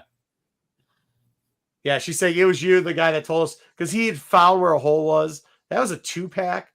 I didn't want it, but I was debating buying it. And now here's Ryan trying to like, see, like dealers are cool that let you look stuff up. So that's him trying to touch a pole to try to use the electricity to somehow work with. What? Yeah. That doesn't work. I don't know if that's how cell phone I don't think that worked. It worked earlier. I'm a little worried about that guy. I think that's coincidence. No, that's what she said. That was her tip. It worked earlier. You see her put her hands up. She said it worked earlier. Dude, there's 2 people that tried that. Yeah, Y'all got problems. Y'all got problems in Detroit. There's more than 2. This is it's the worst here. People and everybody here paid for the internet service too. It still doesn't work. No, so that's terrible. Yeah, it's horrible, man. Like we're paying it's like, oh look, the Steiner brothers walking around in the background. That's kind of fun. That's good CBCS. Annual right there. That's good annual right there. Yeah, but it was 9.2 at CBCS, so I don't. Oh, CBCS, you don't want that. Yeah, I don't want that. I say it right there. At a 9.2, nah. 9.2 is fine if it's CGC, I think, maybe. If it's CBC, yeah, if it's CBC, it's not CB, it's CBCS, man. What shop they were from? So they had that 9.6 in there. Carl and Frank's Comics and Collectibles. Okay. Yeah, Carl and Frank's. Carl's there. That's the guy that's there. You saw Carl earlier. Carl was the one that's touching the pole? No, that's B Smith. No, that's the guy. That's my buddy. That's the guy that gave me the coloring book. Is that Chicken Figure Chad? No, that's not Chicken Figure Chad. No. Was Chicken Figure there? No, he might have been actually. We didn't quite see him, but so there was the Bane 9.4. I just like what do they want for the 9.4? $75. Buy one, get one free. Yeah, maybe 30. It might be worth 37. Whoa, yeah. Whoa, and a 9.4 on a BOGO? Yeah, maybe. If I can find something good. Yeah. Go with That's it. what I was saying. Like I was trying to. Hey, mind you, this was like 6 hours ago that I did this. So like, it was like the end of the show on Saturday. Near the end of the show. Okay. Yeah. But 9.0 is rough. I like that Dawn. Yeah. I love that. 9.0. So, anyways, he ended up buying. He bought something else. You should have offered $25 for the Dawn. You should have offered for Jedi vs. Sith. I mean, I know the guy. I can offer to get, but it was crazy there right then. Like we were there. There's people trying to push us to get in, and they're like, so we just stood there, and then like B had to go out to get service. So it was all right. It was all right. Anyways, so that was that video. I could share the other one when I open up the box, but I don't know if you guys, because that shows some of the other toys that he had there. Let me see if I got that one real quick. So they when they do like the buy one get one free, you can only like, can you buy like $100 one and get like a $75 one free? 75, 25. Yep. Yeah. Well, that's what he said. He said you could buy, because at one point, I mean, he's cool, dude. And he was like, hey guys, like, because we'd bought other books up there for other stuff too in the buy one get one stuff. So he was like, "Yo, dude, if you guys just want, you can buy $100 book, and then get a $75 book and a $25 book free, or because it was $25, $50, $75, and $100. Yeah. So we could have got any of those free, or we could have just we could have done. You could have offered half. Yeah, he was fucking. But here's the problem with doing that. He would have done it for us, but that's a friendly. Somebody deal, sees you do it. And somebody sees us doing it, and then it becomes a shit show. And I'm not trying to bring that down on that man. He doesn't deserve that type. Because, dude, listen, I was gonna tell this horror story, but I had somebody come up this close to my face and go, "Why is it $300?" And I was like, "Because I don't want to sell to you. Get the fuck out the booth." At that point of Sunday, that's the type of clientele you're getting, dude. So I can't believe that you didn't take a video of Chicken Finger Chad for this channel after all the stories. You need to interview Chicken Finger Chad. No, you don't. That's not. Dude, you need to say a story. Marcus like, you don't want to go there. Yeah, we do. The fans want more. I don't think so. The fans want Chicken Finger Chad. We do. We're not gonna Chicken Finger Chad. No. I guarantee you. If you ran into him, he'd been eating chicken fingers in the. Oh yeah, no, 100%. Like they said, he came by. I was like, "Is that motherfucker eating chicken fingers? Was it chicken fingers or was it gas station donuts?" They laughed. He probably was, but he's a nice guy, dude. I'm not doing that to him. All right, here we go. So this is Brad's booth, and this was dates. This is Sunday before anybody got there. I wasn't. Dude, and so what I was saying was coming. I said it's coming right there. Man. What's that starship up there? That's what everybody's making fun of. Why I didn't buy that instead. Yeah, I'll go back. Oh, Boba Fett starship. I have it right No, that's not what it was. It's an Imperial starship. there. The Imperial starship. Or the transport. Oh yeah, no, there's Boba Fett starship. Yeah, that's Boba new. Fett starship. He didn't. I thought you were talking about the Imperial transport. Starship, Dom. Ewoks over the starship. Oh, look at Soundwave. Damn, if I knew that, I would have got the Soundwave right there next to Optimus Prime. Okay, I'll slow it down so we can actually see what's up there. Transformers too, Dom. Let's be clear. I am a Transformer. I love. And before you ask, yes, I wear compression pants because I'm on my feet a lot. So yes. So I like the shuttle too. He had the Imperial shuttle out there. That's what people thought I bought originally. That's why they were talking shit. Because they're like, I can't believe you paid that much and bought that. But I don't know. I liked it. What was the shuttle going for? Do you remember? The ship was cheaper, I think. No, because all I wanted was this. The Boba Fett figure, the 12-inch figure right there. Is it complete? The Boba Fett starship, that wasn't original though, right? Wasn't no, that's not. No. He's got a mix of stuff. Yeah, I see some Star Trek stuff there. I don't know what that is. Of course you don't. What happened? Oh, now you're going to run back to look at it. Well, no, I know you guys don't like when I'm like swinging the camera around, but the camera's not as shaky as normal, right? No, it's better. No, it's not. It looks good. Yeah. I think it's a stabilizer in the camera. Yeah, dude, it has a lot of cool stuff too. A lot of cool stuff out there. Wait for you to like accidentally knock down the stack of figures. Bro, it's like it ain't my first show, man. It ain't my first show. Yeah, so I mean, this is just me opening up the stuff. I don't know. Did they have any good loose figures or anything in there? Like the old Star Wars? Yeah, stuff? he does. Yeah, he had a bunch, but I have most of them, and I don't need. I didn't need most of it, so I went through, made sure that I could find the next time he's at a con, let me know what con he's at. I'll go and look because I'm looking for some old. He goes a lot out here. Yeah, no problem. No problem. What are you looking for? I can ask him too. I'm looking for some of the old Return of the Jedi stuff. Okay, cool. Yeah, it's just me going through. This is all we're gonna do is watch me go through. It's a great content here.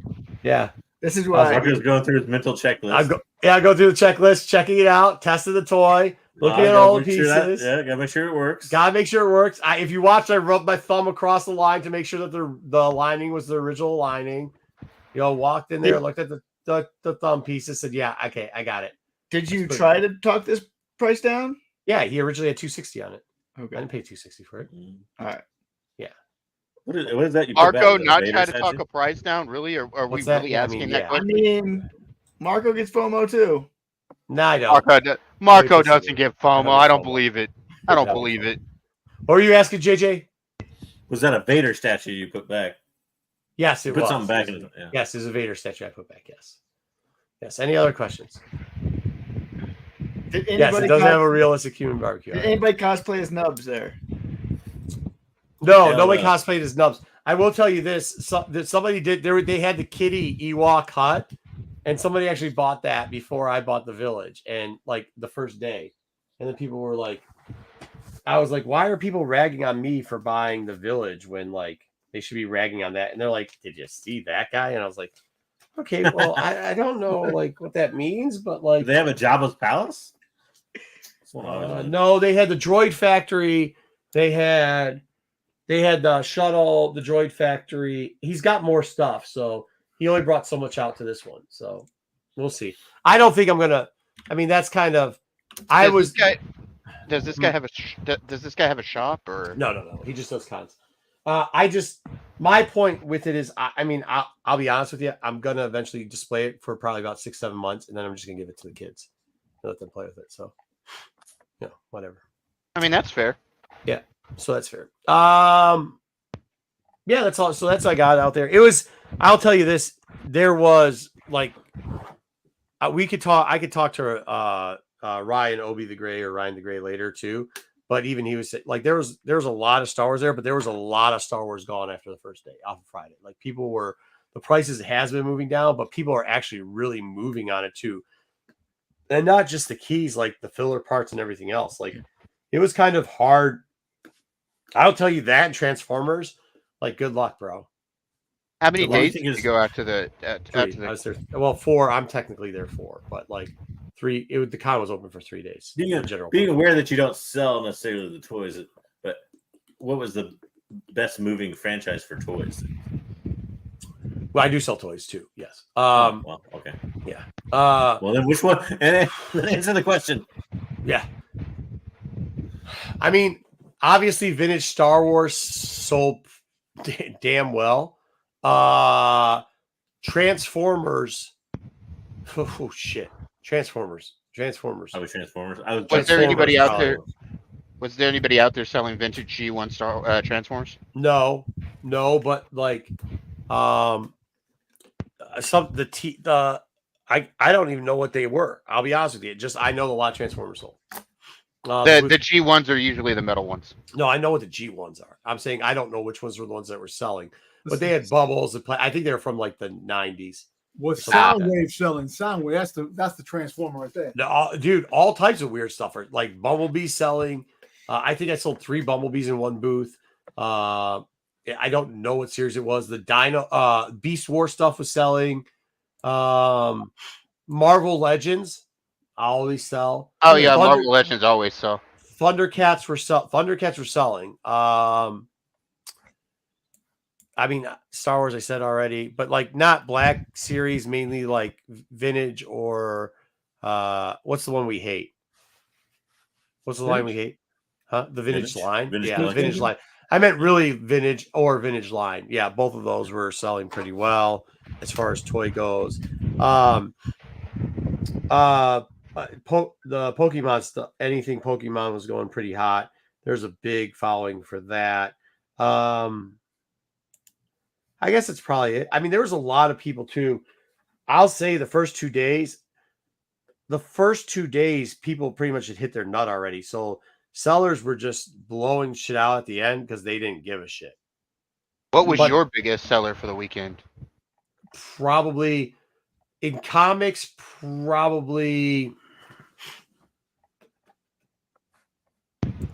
X-Men probably was the biggest seller for comics.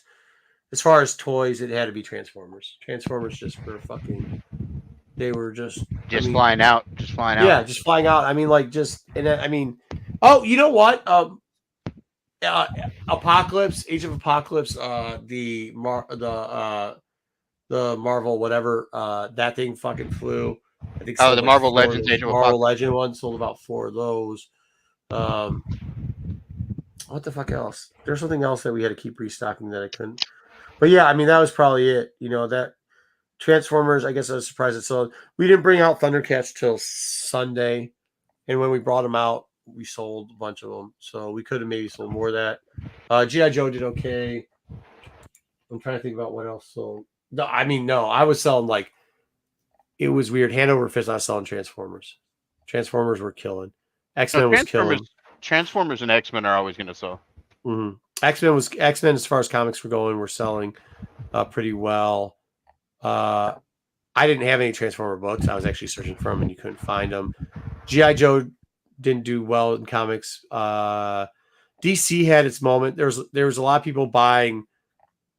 I mean, I was gonna cover this on TAC, but like I was over at Bill's and he sold a giant size right off the bat, so that's pretty solid.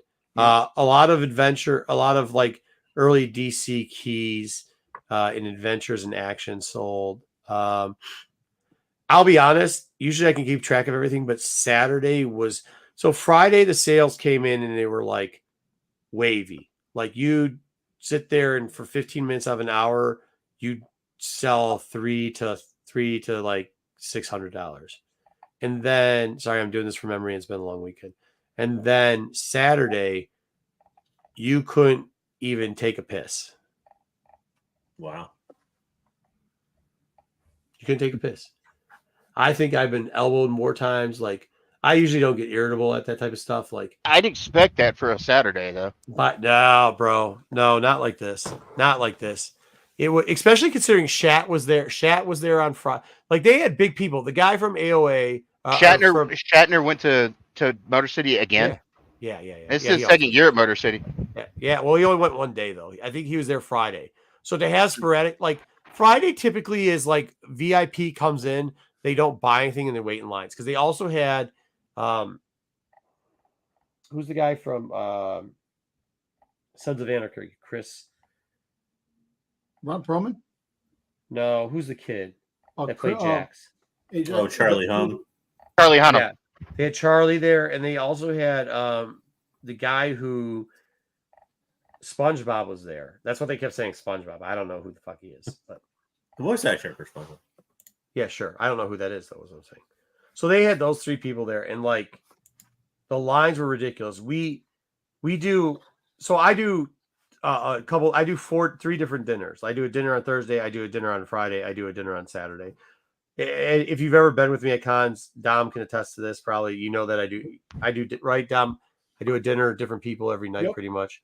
One night it's like usually comic creators. Another night it's like vendors. Another night it just depends. In this one we do a very tight knit on Thursday. Then we do creators on Friday, and then that's Greek, and then we do Chinese because it's somebody's birthday, and we have a birthday party, and we do it with like one of the security, like the entire security staff. So, well, there's three different security staffs there, but like so we did that, and we had reservations for 8:00, which should have been fine because the con closed at 7, but because of Charlie and SpongeBob, they didn't even get there till 9:15. So like the con was closed, and they still had like lines for that, and it was lined up all day long. So that would typically mean we were going to have a bad con. Friday, VIPs, I've notoriously said this before, suck because they pay so much, but they just wait in line all day long. Dom knows what I'm talking about. I don't get why people pay so much money into a con. Yeah, no, he's the worst. Dom's the worst type of customer because like they're not spending money with you. They're standing in line the whole time. I know. For some, the standing in line, look, that's the thing. If you don't stand in line for these autographs, it's a bitch because there's a lot of them at the lines never move. You know who also was there was Katie Sackhoff and Carlos S. Esposito. He's always there. Carlo. Yeah, Carlo Esposito. He's awesome, that dude. He's awesome. He's always interacting with the fans and hanging out. Awesome. He is awesome. Yes, but so like they were there too. So like it was actually pretty star-studded. You know, we had some. We probably didn't go over the list. We should have. We had some. Great... BK wants to know: did you have any Marvel Legends, Marco? Yes. Yeah, we said it. Yeah, we sold a bunch of Marvel Legends. A whole bunch of Marvel Legends. We sold a lot. I mean, actually, you know, always the Spider-Man sell. Venom, Carnage sells really well. The who else? Well, especially now since we're not going to get a third movie, right? Yeah, I don't know. Cable was starting to pick up a little bit. Rogue and Gambit obviously were selling. Well, the Rogue, Gambit, and Cable were selling really well because of X-Men 97.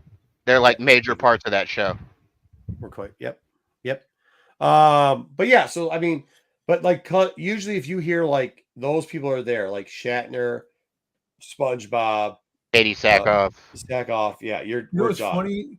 The guy who did the voice of SpongeBob, I met him. Didn't the original guy that did the voice of SpongeBob die? No, not that I know of, because I met. No, I think that was a guy. No, I did. So I met him when I was dating the girl, the woman in California, and she was the voice for Dexter's Laboratory. So she was friends with all of them, and that's when I met. I met him. And I met a whole bunch of other people. BK, you're gonna have to. Maybe I'll get Ryan the Gray on. You're gonna have to wait for that story for TAC. Okay. Ryan was there, so he could tell it. Tom Kenny, yeah. Ryan, we're gonna tell the wrestling story on TAC because I think it's worth. That one is a legendary story. So, but yeah, so usually, typically when that happens, you're screwed. Friday, so to have the spurts that we had on Friday was really nice. It was good, especially it was nice weather outside too, so you're kind of worried about it. No, it's not Mike Judd. It's Tom Kenny. John, it's Tom Kenny. What's the guy's name? Oh yeah. It is a great story, Ryan. It is a great story. But then so that was okay. But Saturday, and I coach soccer. It's the last game of the season. The last game of the season is always during this con. So I leave for an hour and a half, coach a game, and come back. That's why I ran into your brothers when I came back. But it was. I didn't at this point. I just had my wife pick me up in the middle of the street, off the street when you're coming down. I just walk in the middle of the street. I just have her come pick me up, scoop me up. We go, come back because you're just never going to get in and out of the parking lot. And it was more packed than I think I'd ever seen it before. It was ridiculous. And sometimes that's good, but sometimes it's really bad because people try to avoid the line or they'll get stuck in these weird things in cons where it's just bubbles. Well, and also kind of worrisome, tons of cosplayers.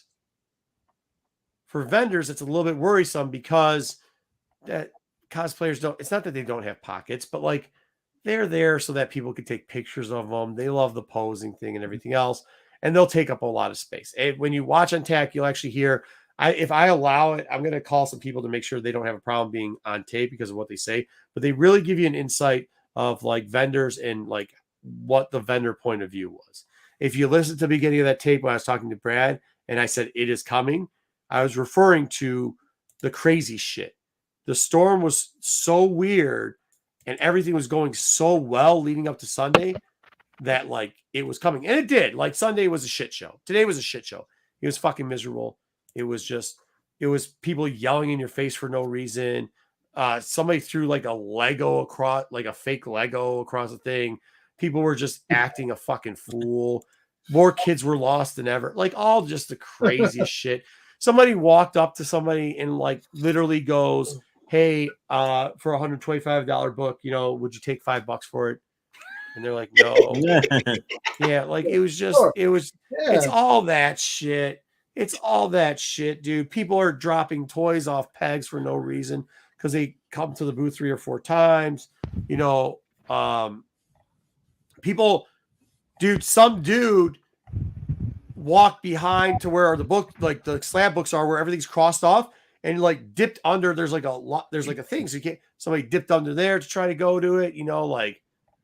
It just Sundays suck. It does, and today was the storm hit us, and it was pretty bad. But yeah, the amount of the internet went down right off the bat again. The cash machines within an hour were out of cash on both Friday and Saturday. Yet the spending didn't stop. People found a way. There was points where we were going out into the middle of the fucking parking lot to try to get credit card payments through. They were probably leaving and going getting money. Yeah, maybe. I just looked at the guest list, man. The celebrity list was amazing for that show. Go ahead, BK. You're gonna hate the story you're gonna hear, bro. Yeah. You're gonna hate it. He might have been there during it too. Who knows? Sunday. I'll be honest with you. Throw Sunday out, John. The respect, the cosplay, the people, in general for 2 days, amazing. just the best. I think people from Ohio came up on Sunday though, because it's Free Kid Day. I used to do cons a lot back in the 90s because I worked for a shop, and I can really give to what Marco's saying about that. Sunday you usually get the dregs. Yeah, it's not always like that, but especially it's always Free Kid Day. Like, yeah, that's when I take my kid. I'll be honest. I'll be honest. Every day is Free Kid Day. Like, that's the biggest scam ever. Nobody checks the kids. Nobody checks the kids, man. Ever. I only take the kid on Sunday, but also there's less people on Sunday, especially right when it opens. Generally. Yeah, I mean, it was. Which is why I take the kid then too, because I don't want to lose the kid. Like, who loses the kid con? Yeah, well, dude, there's people who aren't paying attention to their kids. Yes, no, there was a family that there was kids that reported that they lost their parents. They lost their parents, is what they said. Like, dude, you can't your parents are idiots. Anyways, let's get back into some of the other stuff. We could talk more talk on tack, but that's kind of how it went. Everything was big sellers, but definitely it was tough to find that type of stuff. Sonic slowed down a little bit, but whatever. All right, let's get into. Do you want to go cards or toys? When are we going to do this fifth spotlight? Do you want to do things here? We got our lists for hunt cons. We got toys. Okay. We got Sith. Do yours, then do Thade's thing after yours. Do yours and do Thade's. Which one? Doesn't Thade tie into your hunt list? Oh, just do Thade's first, because I'll go. Yeah. Okay, pop it up. I got to run real quickly. I'll be right back. Yeah. That way, just in case I have to drop off before too long. All right, so let me explain what we're trying to do here before we get started. So, with Acolyte coming out in a few weeks, one thing I've noticed selling Star Wars, I mentioned this last week, is the Ancient Sith are really hot right now. People want to consume as much of the Ancient Sith as they can. That's the stuff that I've seen selling runs. I've seen just comics. Not for a lot of money, but there's a huge interest right now, I think, in some of these Sith characters with the hopes that maybe they're going to get referenced. Maybe they're going to find a holocron. Maybe something's going to come out. I don't know. So we thought we were going to spotlight a few Ancient Sith as a way of getting us up to date and excited for the Acolyte. So Thade's going to be doing some spotlights over the next couple weeks of some characters. And so the first one that we're looking at here is Freedon Nad. So go ahead, Thade. Okay, so Freedon Nad was an ancient Sith Lord after the time of Marco Ragnos. After the time of Marco Ragnos' exile to Yavin 4. Flip. He started out as a Jedi prodigy. Freedon Nad started his career as a Jedi Padawan of Master Mata Tremaine, whose descendant was actually an Inquisitor in Legends during the time of Vader and Palpatine. Yeah, Tremaine. This character had the Freedon Nad had a lust for power, which eventually caused him to slay his master and leave Ossus to find that lust of power. Yeah. Next. He became a Sith apprentice. He was drawn to the jungle moon of Yavin 4, searched for power. He apprenticed himself to the Dark Lord Marco Ragnos, who had built the temples on Yavin 4 that the rebellion later used, actually in A New Hope, for their base. Those were actually old Sith temples, right? But they were built by Team Sith approves the segment. They were built during the time of Marco Ragnos. He had the Masazi purebloods build these temples. Freedon Nad went there, trained with Marco Ragnos for many years, and his lust for power again caused him to kill another master, thus slaying Marco Ragnos, taking the title of Dark Lord of the Sith, and leaving Yavin 4 in search for a world to conquer and make his own. Next.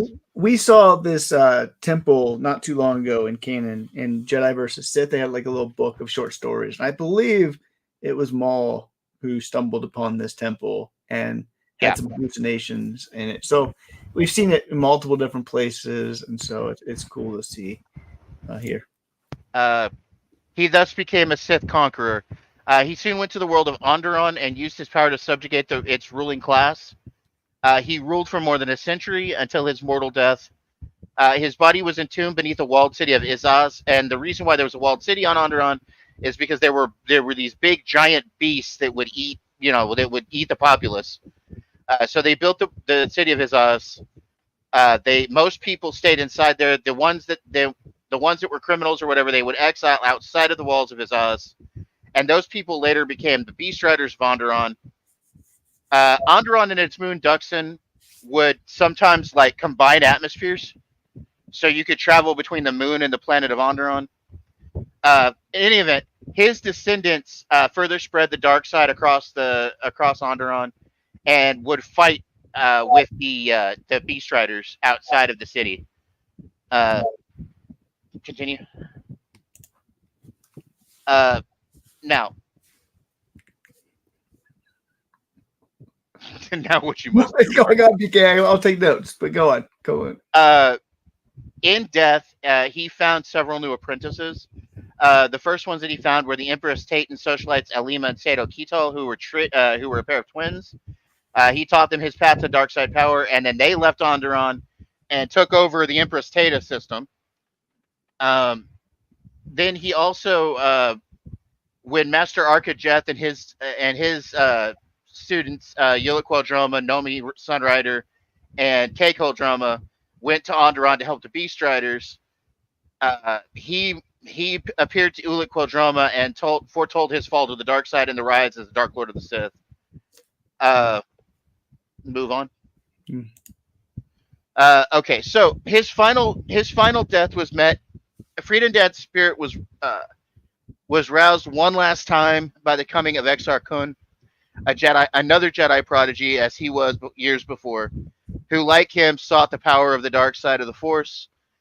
Freedom Dad's spirit traveled with Exar Kun to the Sith world of Korriban, which is their tomb world, and also to his master's world of Yavin 4, furthering Kun's training. Revealing his plan to have Exar Kun build him a body to inhabit using Sith sorcery, Exar Kun became angry with Freedom Nad, and using an ancient Sith amulet to amplify his power, he mortally wounded the spirit. Freedom Nad was able to make one last warning to his apprentices, Alima and Sato Kito, to warn them of the coming of Exar Kun, and then was dissipated into the dark side of the Force, thus destroying him. This led to his apprentice Exar Kun, who I will actually cover next week. Yeah, and that's Exar Kun here in this picture here. Yeah, so here's some comic stuff. There's a lot of people who argue about this, what the first appearance of Freedom Nad is. Again, Freedom Nad's more of a minor character, but I actually think he's one of the more underrated Sith Lords. It's just because I think a lot of people don't know of him. They know of a couple other persons. We don't see a lot of Freedom Nad. But he's been appearing in tons of different visions in the past. His tomb's been really important in the past. Bane has connections to it as well, like Freedom Nad in the books with Bane. It's just one of those characters who, even after his death, continues to speak to the Sith, and that's one of the reasons why I wanted to highlight them before the Acolyte, because it's just been a character who they continue to use again and again with and who could be mentioned, or holocrons or other Sith information. Who I wouldn't be surprised if they're going to use some legends people. Freedom Nad's pretty obscure, that they could easily build off of Freedom Nad's legends. And yeah, because I didn't mention this. The holocron of Freedom Nad ended up traveling around it. Vader ended up with it eventually. Yeah, it was part of Vader's collection. So I could definitely see that one being a potential thing that we could see tied to the Acolyte. And so you actually see Freedom Nad dead in Tales of the Jedi issue number 2. They go to his tomb. It's I think millennia later after he dies. You see him mummified. And as I said, here's the tomb of Freedom Nad. So I consider that first appearance. I know Jedi would be like, it's not a first appearance, he's dead, all of that. Like holocrons aren't first appearances, and deaths aren't first appearances, but he's named, he's in the panel. It's his first appearance in a comic. So that is what I would say. To be fair with this character, Wayseeker, there was no first appearance of him alive. A lot of his backstory is told through the story going on as with his apprentices. Right, and even Freed.net Uprising is all about that type of stuff. So yeah, yeah. So again, this is a book that I generally pick up if I can find it for $1 in near mint condition. I wouldn't pay anything more than $1, but I always find the Ancient Sith first appearances as when they come, even if they get mentioned. Again, this could be a $10 book, $12 book. So for $1, I'll stash a couple of these things.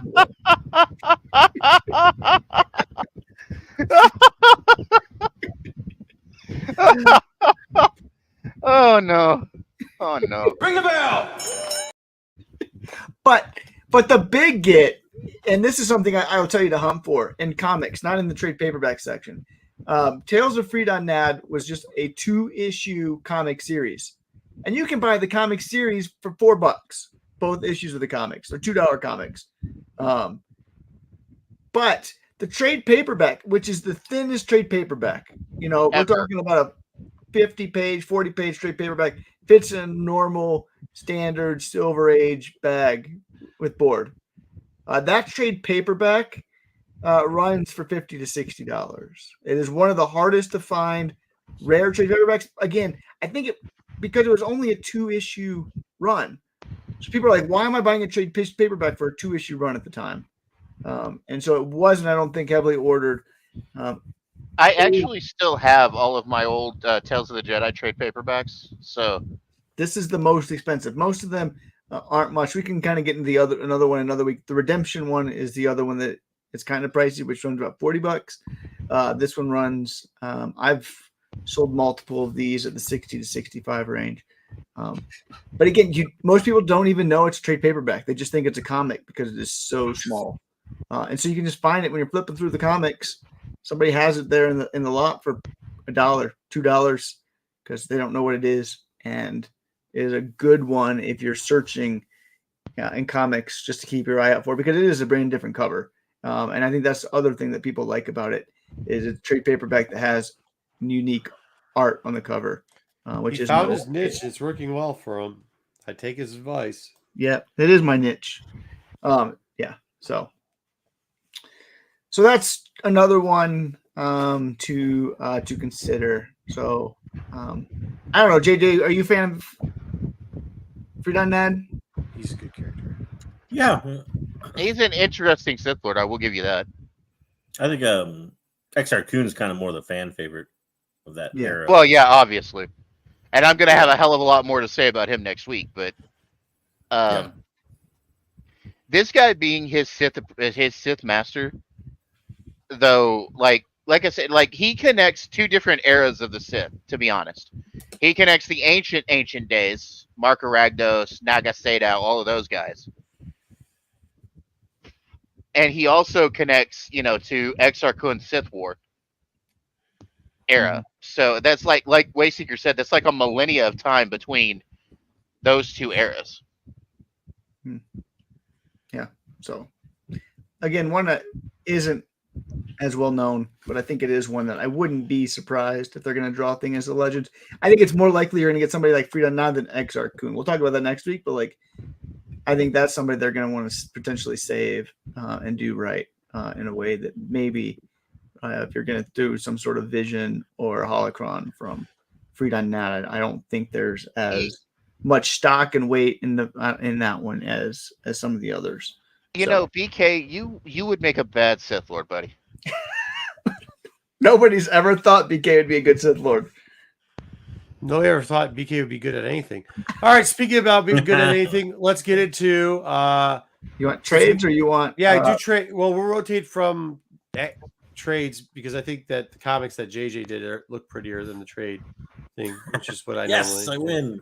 I just went with Marco's standard. Yeah, you did it. You took mine and went. I like trades.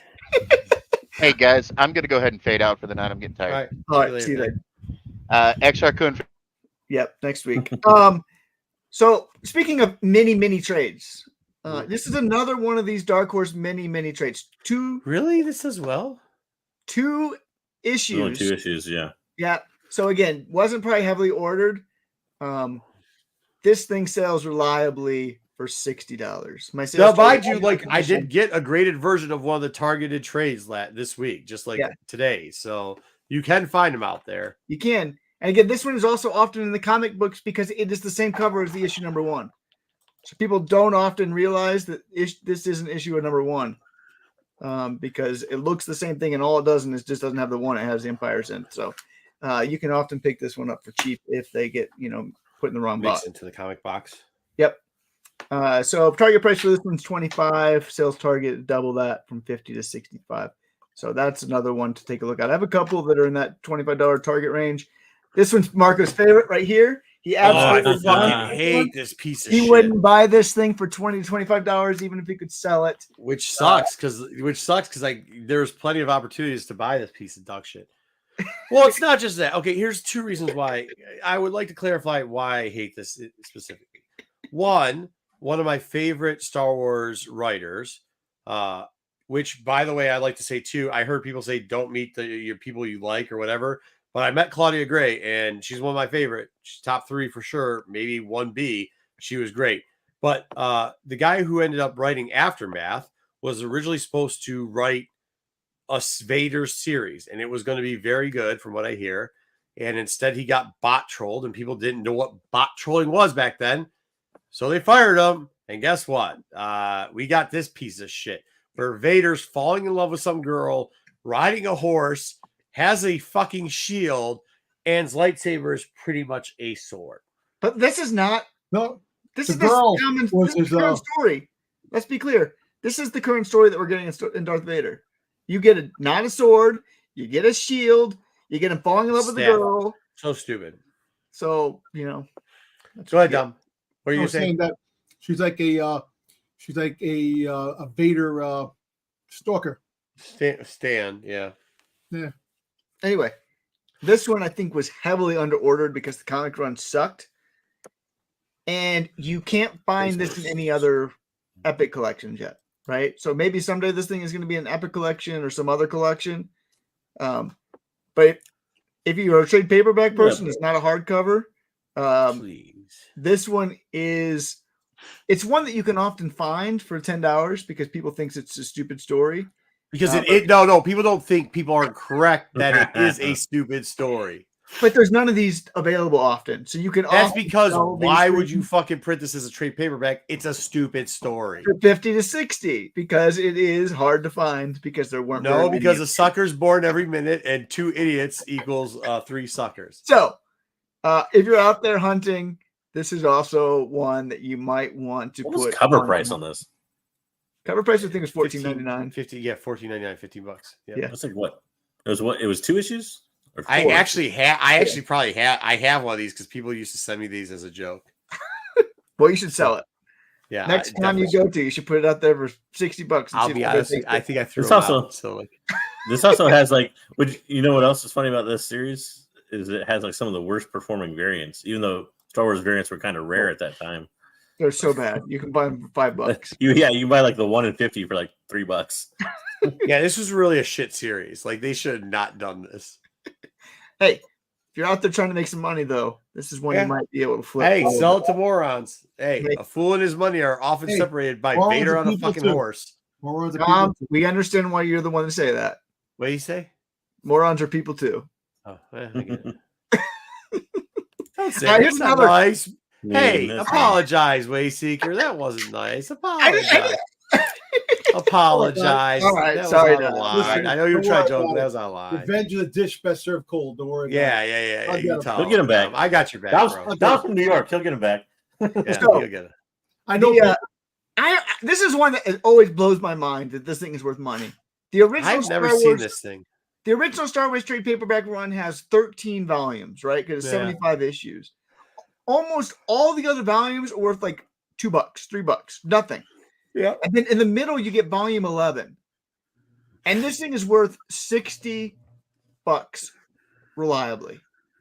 So again, you might find this in your bookstore because all the other ones are in your bookstore and nobody ever bought this one. But Star Wars Volume 11, Scourging of Shurtoran, target price is $25. Put this thing up for $60, $65. you'll get an offer at 50 plus because All this day? one is Was this really Poe's difficult to parents? find. What? What was this? What was this? Was this Poe's parents or something? What was the? I don't even remember what the story was. I don't know. This is I like think it's issue Poe's parents. 65. 65. So it's like 60 to 60, 61 through 65. It is. It's the tree, isn't it? I don't Isn't this the remember. fucking tree? I don't. The Jedi tree sapling fucking thing? It might be. But that's not why they're buying this. I don't know why people buy this. And probably people pay money for this one. But this one is worth a premium for whatever reason. So the more you know. The tree that Dooku told Yoda that he was leaving, like, right. the thing. I know. I don't know if that was in here or not. But anyway, this one you can find even still in the bookstores, used bookstores, because the whole run doesn't sell for anything except for this one. Old Dark Horse book, Thrawn trilogy. This is a hardcover. They came out with hardcovers for their big trilogies. So Dark Empire trilogy, Crimson Empire, and Thrawn trilogy. Empire, the hardcovers. These things MRCP for $35. All of them did originally. This one sells for $150 to $175. Holy shit! So if you see this hardcover, it's $70 or below. It's not like horrible condition with like tears and everything like that. Decent condition. Doesn't have to be great condition. Decent condition. I recommend you picking up the hardcover one of these. Make sure it is that hardcover Dark Horse one. But this one sells really quick. People really like this hardcover edition for whatever reason. And then one last one for Marco. I have this one. This actually is paperback. It's a novel, right? With art. So yeah, done by Dark Horse. And so it has pure trash in it. This is the third book in the series of the Dark Forces series, Jedi Knight. Jedi Knight is the much harder to find. This is the hardcover one I'm listing here. The hardcover sells for about $150 to $175 pretty reliably. I put it up there a little bit less just in case you want to take an offer. So I look for this thing always for $70 or less. The trade paperback of this, I will note, does also sells for about $85 to $100. So if you see the trade for decently cheap for just Jedi Knight, that's a trade you can pick up. But I wanted to highlight the hardcover because that one is the most sought after. And then separate a sucker from his money. And people love it. People will buy this thing. You can not people. You can sell all three of them together, the hardcovers, for about $240. But this is the one that people pay the premium for. The other ones aren't worth nearly as much. So $40 or less. One interesting thing about these two is will not be reprinted by Marvel. Right. They're not comics, so they do not own the rights to it. Yeah. These things will probably never get reprinted. Were these Del Rey's? No, they were Dark Horses, I think. But oh yeah, that's right. Dark Horses. They're not considered comics. No, you're right. It's like the other ones that they did that Black series. They did one on Jedi vs. Sith too. Mm-hmm. Yeah, you're right. It was kind of like I guess visual novels. I don't know what you want to call them. Yep. So, just some things out there hunting. If you're looking at cons, you might be able to find for a decent price during this con series season. Yeah. All right, let's get to Jay. Oh, I can't even see where I'm going. JJ's portion. Then we'll get to Dom. Then we'll get into Unlimited. All right, JJ's got a couple books this week to look for. This is a good one. Comics of the Comic-Con. Yeah. So this is a very unusual one. My thing when I look at Comic-Cons, I know everybody's a little bit different. Marco, I think, had some last week. My thing is I kind of look for these variants that like I don't see very often in the wild, like at a shop or something like that. Right. I think because you have so many vendors, you have more luck finding them at a con, and usually at a better price than you would find them online, where you're going to pay a premium. So that's kind of why a lot of these are variants that you'll see pop up. But with TIE Fighter here, I love this book because of two big. It's a 2-for-1 first appearance for one. It's got Yurika Quell's actually in this book. She's the only Alphabet Squadron member that appears in this series. She's in the book. She's on the cover for the variant. It's a very hard to find variant. And it also has Shadow Wings for experience, with Shadow Wings kind of like their rival TIE Fighter pilots from the Empire. If you look at something like Rogue Squadron or something like that coming down the line, I wouldn't be super surprised if we got something closer to what the Alphabet Squadron novels were. I'm not saying necessarily all the same characters and stuff are going to show up, but I would be surprised if they didn't use a character, at least, as like a side character. The characters are very similar to characters that they pitch in your current Star Wars stuff. They are, and I wouldn't be surprised if you saw like Yurika Quell in there as like a commander or somebody like that that's giving orders to the Rogue Squadron or something like that. And Shadow, they're going to need rivals on the Sith side of things or the Empire side of things, and Shadow Wing fits that profile as well. So I'm actually surprised like a Shadow Wing situation hadn't even occurred kind of towards the Bad Batch because of how much junk they threw into Bad Batch, to be honest with you. Or even like the Tales of the Empire type thing, you can see. Yeah. If they continue with that type of thing, you can kind of see that going too. Yeah. She got mentioned in Star Wars Squadrons. I don't know if people played that game. That was a fighter game that came out. Small game. So I have seen some cross pollination with video games with this. Already she pops up on they also used her on another cover. She gets used later for the Pride Month covers. So she pops up as a character every now and then. But this is her first and only comic appearances actually in this book. You're looking at probably I did mine. I didn't base mine off of any 9.8s because I don't look a lot for slabs at cons. But you're probably looking at a good high grade, like 9.6, 9.8 raw copy, probably running you about $50. My target price in this, I usually go lower than like the kind of the raw market price at a con if I can. This one I kept pretty close at 35. Reason being, it's very rare. Like you'll see one pop up on eBay. There's almost always one kind of rotating out through there, but there's only 1 or 2 copies usually available at a time. And you can also get quite a bit of rubbing because of the all white cover and stuff. So it's a little bit easy to damage. And that's Marvel. It was that Marvel rub age era when they were getting really bad with it. So, all right, that's why I've been looking about $35 for that one. So, dude, I forgot about this book.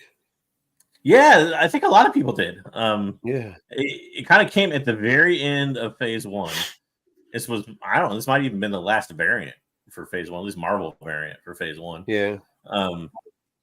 And you get the story of Ro, a little bit background of the Ro family that you can get before, and the origin of the Nameless in this book. But it kind of comes out of that pure. It's weird if you look at the 1 in 25 for issue 1, Eye of the Storm, and the 1 in 25 for issue 2. It's like the exact opposite. First off, this is a far better cover. This is about probably the best one of the better prediction pictures of Ro that you'll find on a cover as far as the art goes. And 2, the copy number 1 is like $5, and this is actually ticking up. It's kind of weird if you look at prices going back a ways. You could actually find bundles of 5 of these that would sell for about $80 or so, about $20 a piece, and it's been ticking up very slowly. And I'm not sure why. I think probably because we're coming to the into phase 3, and you're going to see more Ro and more Nameless probably involved in that. But right now it's sitting at about an approximate value of about $40 raw. It's listed anywhere from all the way up to $75. I'm looking at it to pay about ratio for it. So probably about $25 or so for a real good copy raw. Because your graded ones are still only topping out in 9.8 sales at about 120 or so. So if you're going to put money into it to get it graded, you don't want to go too high. You might be able to sneak one of these at a con. Again, I think phase 3 so far has started off really slow just because the content has been trickled. And we've got very little on Ro. And we're a third of the way through phase 3. And I think that's one of my disappointments so far in phase 3 is they haven't featured and given us a lot of good Ro. We had the I book that Man wrote, but even still, that was less about Ro and more about his commanders beneath him. And so I think because we haven't got much Marchion Ro in the first 6 months of phase 3, it could be one of those forgotten books that you could find at a con. I don't know. I think if he's ever to blow up as a character, like if he's ever to be used in a TV show or something, kind of blows up, usually you see 2 things. You obviously the first appearance goes up, but the first appearance for him is a pretty common book, right? Was Adventures 2 or whatever. This is a much more uncommon book, and while he's on other covers, this is probably the best cover for him. So I think this is a book. It's a rare book, a rare variant that I think people kind of gravitate to if you're a real popular character. Yeah. No. It's a good call. I don't have this one. I have a bunch of the ones because I picked up a bunch of them at $5 a pop because they are for $5 a pop. And I just, you get some of the Road family first appearances, but this is a good cover buy. I don't have this one yet. There's another weird one. So this is the Star Wars Rogue One Cassian and K2SO special. It was a one shot. Came out about the time Rogue One movie did. This is the action figure variant. And for some reason, it wasn't I don't think it was what was a qualifier variant? +1, yeah, +1 qualifier. Yeah, but even then, it's not an incentive variant or anything like that. But it retains a very high price because it's one, I guess, just forgotten about as one of the most rare action figure variants out there, and there's a huge run of JTC action figure variants. Also, it gets misclassified a lot. You need to see sometimes copies out there for sale misclassified, if you know what I mean, as a different book. So you're looking at paying probably about $50 or so for it. It's, again, one of the pricier ones, too, because it is rare. But I think it'll become a little more popular, and you'll see its price slowly tick up if we start to see K2SO in Season 2 of Andor, which we should. Just like, the Thrawn action figure variant saw a rise when you start to see Thrawn come to live action. I think that's kind of a trend that you'll see people seek out the covers, this being a rare especially one for characters him. they like. Yeah. So even though his character's dead and, in a way doesn't have much of a future, but he's a droid, so you never know where that goes. But, yep. But you're looking at this one. I took about $20 off the market value for my con price, only because it's not a actual incentive variant. And I think you could even maybe score it, if you're lucky, a little bit lower sometimes, just because somebody puts it in a bin with a bunch of other action figure variants or something, thinking it's a cheaper book than it is, and things like that. So yeah, because you're not gonna keep looking them up after you look up a bunch of cheap ones. Right. I've never actually seen this one in person. Yeah, it's a pretty rare one. Do you? I have the action figure variants. I went out and bought all the action figure variants when they were coming out in the beginning. Yeah. There's a couple that a lot of people forget, and this is one of them. Just because nobody bought the Cassian. I bought the Cassian special. I got that because I wanted to see how he met with the K2SO. But I think I do have this in one of my boxes at the storage unit. I'm not sure. I can't remember. I know I have this is more of a personal find, one that I always look for if I can get it at a good price. Reason being, I love the story of Scar Squadron. I wish they expanded on it more. Yeah. But I also think it could be a little bit of a future play in the fact that, we kind of saw at least clones being given these specific abilities towards the end of Bad Batch and with the CX series of clones or whatever you want to call them. Mm-hmm. This kind of tinkered with that idea, but in humans, where the Empire was somehow finding these humans that had special abilities or kind of tinkering with their DNA to give them special abilities and putting them in basically a elite squadron of the 501st that Vader would have command over. I think something like that could come down the pike still, especially if you're going to continue to see like Empire-focused stories or, dark side type cartoon or something that focuses on Vader's secret early programs. days.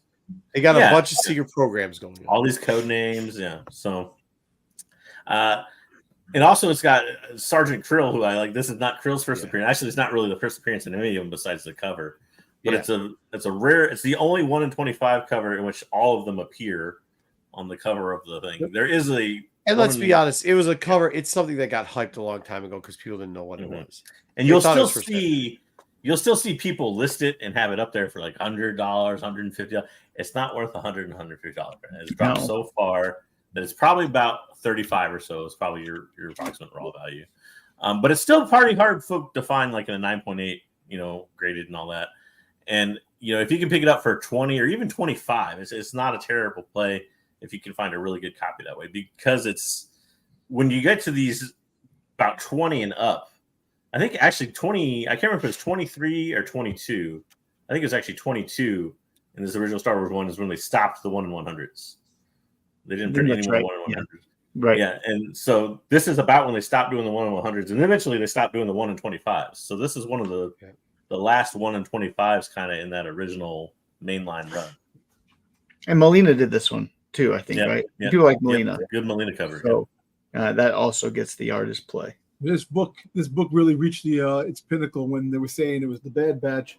Yeah, they got a lot of kick up because everybody was like, "Oh, this is the Bad Batch is really these guys." Which this is actually Melina, or not Melina, but I can't remember who the writer was now. But they came out and said the Bad Batch kind of was the inspiration for this squadron on the Empire side. So, they're inspired by the Bad Batch. It is not the Bad Batch. They're not at all related to the Bad Batch. But we could see something like Bad Batch of the Empire in the future, and these guys will probably be it, or something like them. Well, you kind of saw hints with some of the things they're doing anyways. But Krill is like he's a stormtrooper with a lightsaber, and we saw that with Quarry's old artwork back in the day, because stormtroopers had lightsabers in the old artwork from Quarry back in the day. So here's an interesting play. I kind of thought this was actually a little bit cheaper until I got into really looking it up, and it's kind of all over the place price wise. But you get Star Wars Republic 52, which is technically the second appearance of Dirge, the first appearance of Dirge and Ventress on a cover. Ventress was obviously in the Mace Windu issue, so that's her first. But it seems like a lot of people gravitate towards this as a Ventress book because it seems to have gone up quite a bit in price even since their appearance on the Bad Batch. I think it will continue to stay up there if those rumors that they're going to use her for other projects and stuff like that are true, now that she's alive again in canon. And I think people that can't afford the Mace Windu issue or don't want to pay, $300 or whatever it is in the 9.8 for that, or $150 as a raw book, are going to maybe gravitate towards their first cover. We see that quite a bit sometimes. So you're looking at probably, again, this is one where I put it, the raw value was probably about $35 to $40. Like I said, it kind of varies. I saw listings up to like $80 for it. And it's a cool cover. Yeah. And like I said, you get Dirge in there too, which Dirge is. I want Dirge to come into the mainstream. Yeah, Dirge hasn't been used a lot in the mainstream, but he's the character that could be, and he's always a character that piques people's interest, at least as far as legends go. So yeah, you see, Dirge would have been a good character to fight in Mandalorian. Yeah, because he was he didn't like, so that would have been a perfect opportunity. But who knows? Like Waveseek always says, all the stuff on the shelf, they pick things here and there. Who knows? Maybe Dirge will be in a cartoon down the road. I would love to see that. And you can. The Republic 52 is I don't think Dirge is not easy to do in live action. I think that's the hard part. Yeah, he requires so much. Like, you'd have to be probably a CGI type thing, and you have to make it look right. It's really hard to explain him. Yeah, and it's hard to use that type of CGI well for a long period of time, especially when there's action going on in the screen. So the hard thing about using somebody like Dirge is they're indestructible. You're talking about using a villain that Mandalorian can't even compete with. Like, the character lives for thousands of years and can't. Yeah, he never wins a battle. Yeah, it's kind of like was it Mongrel, who always fought Superman but lost? Yeah. Let me tell you something. I always look the original 2003 Clone Wars cartoon. I loved Dirge, over the top Venom freaking thing. I thought that was like that. I like that. That was I love that series, that cartoon series. Sometimes you can score. The Republic 52 is a nice one because sometimes you can score those in runs too. Right. You pick up a run of 50 through 55 and get them at a little bit less of a price. So. And even 50 makes a decent price because it's an oversized book, has, alpha something first appearance. For some reason that one still sells. 51 always sells. People don't forget books. 51 always sells because that's the first appearance of Dirge. That one goes well in 52. And it's Anakin and Obi-Wan on the cover. So, it is nice to be able to get those together for a decent price. All right. Here we go, Dom. Dom promised we're going to get through this quick. Dom promised not a lot of toys this week. Not a lot of toys. All right, so here the first look. I showed Coming Soon by Scarlet Spider, and there you go. It's coming soon. This is actually going to be a Funko Shop Funko Shop exclusive. So this is what we saw a couple weeks ago, right? You saw, the guy who does a lot of the rumors and stuff like that. This is one of the rumors, and there it is. So we're just waiting for when this is going to drop on the Funko Shop. I'm going to probably pick it up because I like Darth Maul. Did they draw a little hole in Qui-Gon's stomach? Yeah, you know what? That's another thing too. That's a story we have to talk about. about lightsabers. You think lightsabers are definitely losing their touch when it comes to? I just don't think they want to kill anybody anymore. I don't know what's got anything to do with lightsabers. Yeah, but I'm waiting for this to drop. This probably drop within the next week or so. All right, so as of this, when I put this up, Ashley Eckstein, there was a Comic-Con in California that just happened now. It was a new con that came, and she introduced her universe exclusive Ahsoka. It's like the Diamond exclusive, and this is the first time she dropped them on the con. And apparently they were selling like $175 with the autograph, with her autograph and stuff like that. So, but Ozzy's exclusive. Ozzy is a overseas, from Australia. They had this pop already with the overseas sticker, and they were selling those, and those kept selling out because we didn't know when these were dropping for real, and they dropped this week at the con. Pops are fucking crazy, bro. All right, so we're getting a Darth Scion, and Dark Nihilus. Yeah. A 2-pack that's going to be coming on GameStop. It's going to be like a mystery bundle. You say Nihilus, it's a small picture up there, and this is I think I don't know if the next one's there. Okay. There you go. Nihilus. All right. Yeah. So sweet. We're getting those. It comes in a box, which for I think gonna stuff like $30, and you get like a chain. So that's coming soon. Okay. So Scarlet Joker. I mean, he's actually coming out. There's a couple of new pops that should be dropping soon. They get the whole dark side thing going on. So Palpatine, Count Dooku, another Darth Maul, deluxe Darth Vader first appearance, which is going to be the comic cover, like the comic covers that come out for the sure. books. Yeah. Deluxe Vader on a throne. Yes, everybody's on a throne these days. Deluxe Kylo Ren looking at Darth Vader helmet, which I'm surprised they haven't come out with that yet. A Darth Vader ride TIE Fighter. A new holographic Darth Maul. Okay. A bronze Palpatine and a bronze Kylo Ren. Okay. Those are exclusives. Pretty sure they've done the Darth Vader rides a TIE Fighter before too. Yeah, they had that. I have too. I got the both of them. My storage. So these are coming very soon. So season 3 of The Mandalorian is getting their pops. You're gonna get the Bo-Katan flying with Darksaber, Moff Gideon, Berserker armor, Grogu Berserker armor, deluxe Grogu IG-12, deluxe Grogu lifting a frog, a pop moment Mando, Bo-Katan, Grogu, Force Bubble when they affected the armor and the jetpack, IG-11, Marshall, and deluxe to be decided. We don't know when that's gonna be. Was it? Yeah. Oh, what the? So Pride Month is coming next month. I didn't realize what that was. I was like, what the fuck is this? Oh, okay. So this is the new Pride collection. They have the Pride every year. They drop a droid. So this is the R3 RN8W. Oh, it was like a disco ball, dude. What the fuck so it's supposed to be R3 Rainbow. That's what the 8W. Like I kind of get it, but what makes it look worse to me is all the black. Yeah, that's what I'm saying. The black. I don't know why. Why wouldn't you just put the kind of the it looks like Halloween color on there and make it white? It's weird. Clear like the top. Like, clear or silver or something. I don't know, but so good design. Go to the Disney shop. It's going to be in the Disney stores. For that Pride, you collect the droids. Welcome to Ollie's. I got some Legos coming. So we got the Battle on Peridia. Marco's buying this one. Pieces. I'm buying this one. 333 pieces, $55. It's 5 minifigures, August 1st. So that's pretty cool. That is kind of Thrawn Lego. You can't ask for more. Where's the weird aliens with their armadillo RVs? Probably later on. The turtle guys. The turtle-looking guys. Yeah. Turtle guys. Yeah. So we get the Jedi Bob Starfighter. The Jedi Bob is a character from the Lego. Yeah.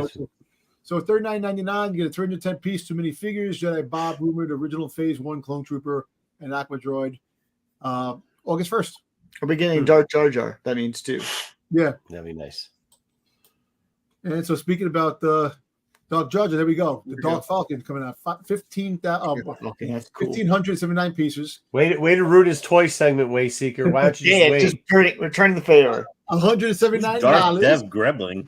You get Darth Jar Jar Binks, Dark Ray, Evil C-3PO, which is 000.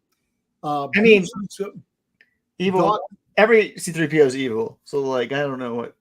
You get Darth Dev Gribbling, and you're gonna get White Vader. Okay. Interesting. Are you excited that Darth Ray is in this show? Well, and actually, Darth Ray is in the cartoon. They have the cartoon coming out. Are you excited? Actually, it looks funny. I want to see it. I like the Lego movies. They make me laugh. I love them. So coming soon. Well, actually, these are out now. So we have Revenge of the Sith, Palpatine that came out for Hot Toys. This dropped. It's a $275. So it's now you can have your battle with Yoda because they have the Yoda piece. I need a Senate seat he can throw at Yoda. Yeah. This looks bad. Yeah, it looks really bad. Wow. Hey, it looks really bad. It's just that it's a fact. It's from Revenge of the Sith. You know, it's all the Imperial Commandos. They can stand around and do nothing, just like in the Bad Batch. The Imperial Commando. This is actually limited to 2,500. It's on wait list. If you missed out, it dropped today. You're not going to get it. So, did you order? Nope. Did you want to? No. Okay. Good for you, Dom. Good for you. You know, the next one was intriguing. You get Obi-Wan in The Mandalorian from the cartoon with Sabine when Maul killed Sabine. Yeah, so this is actually pretty good. Limited to 2,000. Nobody thinks it's good, Dom. Yo, 2,000 pieces sold out in a heartbeat. I don't care. I don't care that it's sold out. There's lots of pieces sell out. They're not good. I don't know why they did like suckers bought this, Dom. Suckers made it like older Ewan McGregor Obi-Wan. Not like Obi-Wan from the cartoon. I know, but they made it realistic, which is pretty cool. I would like to see him in Mandalorian armor in live action, man. Why?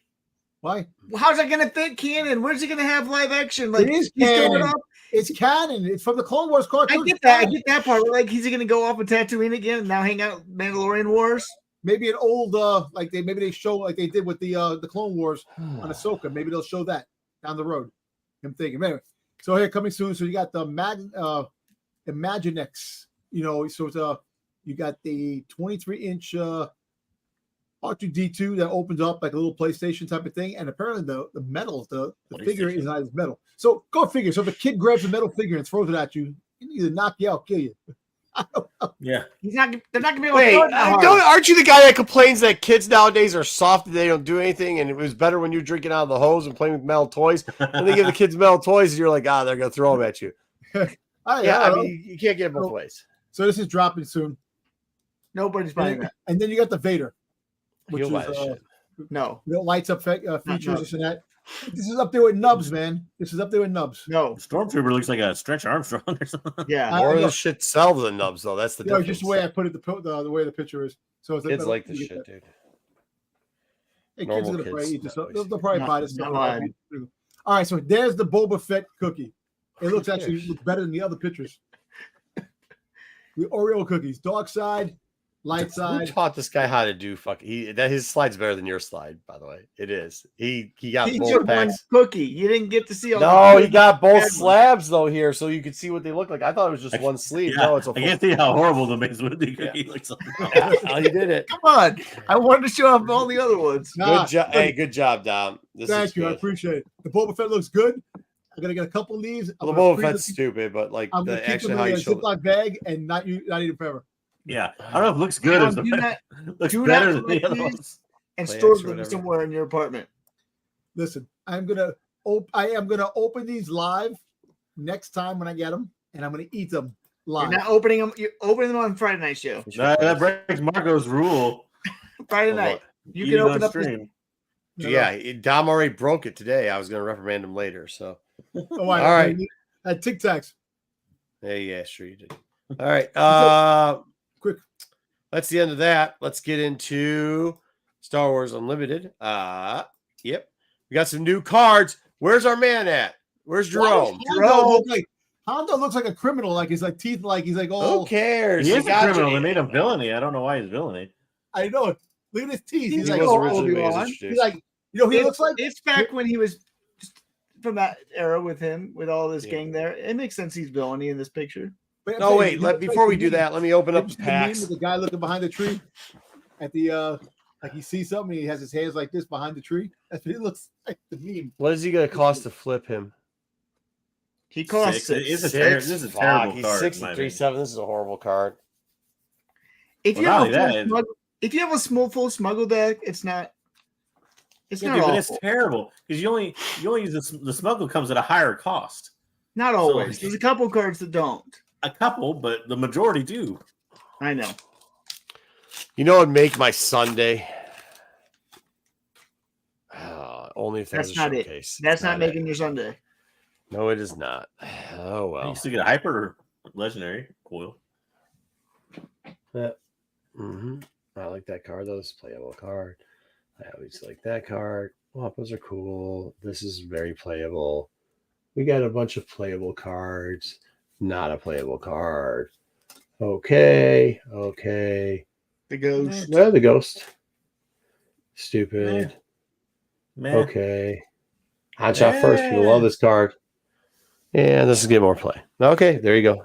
Prices Two are are starting to come down. I will Yep, say, they are. looking at Yeah, singles, a little bit for singles.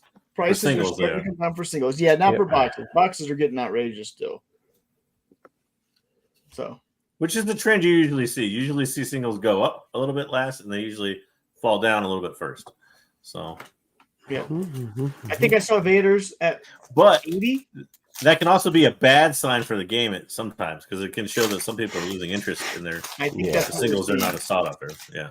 I think some people are getting beat pretty bad at these showdowns. They are, especially the show. Yeah, I mean, it's got to. I mean, that's what my play was last week. It was like, once again, just outdone. Like, And if you're not doing well at these showdowns, you might be selling while you can. That's what I think is happening. So, which is pretty normal.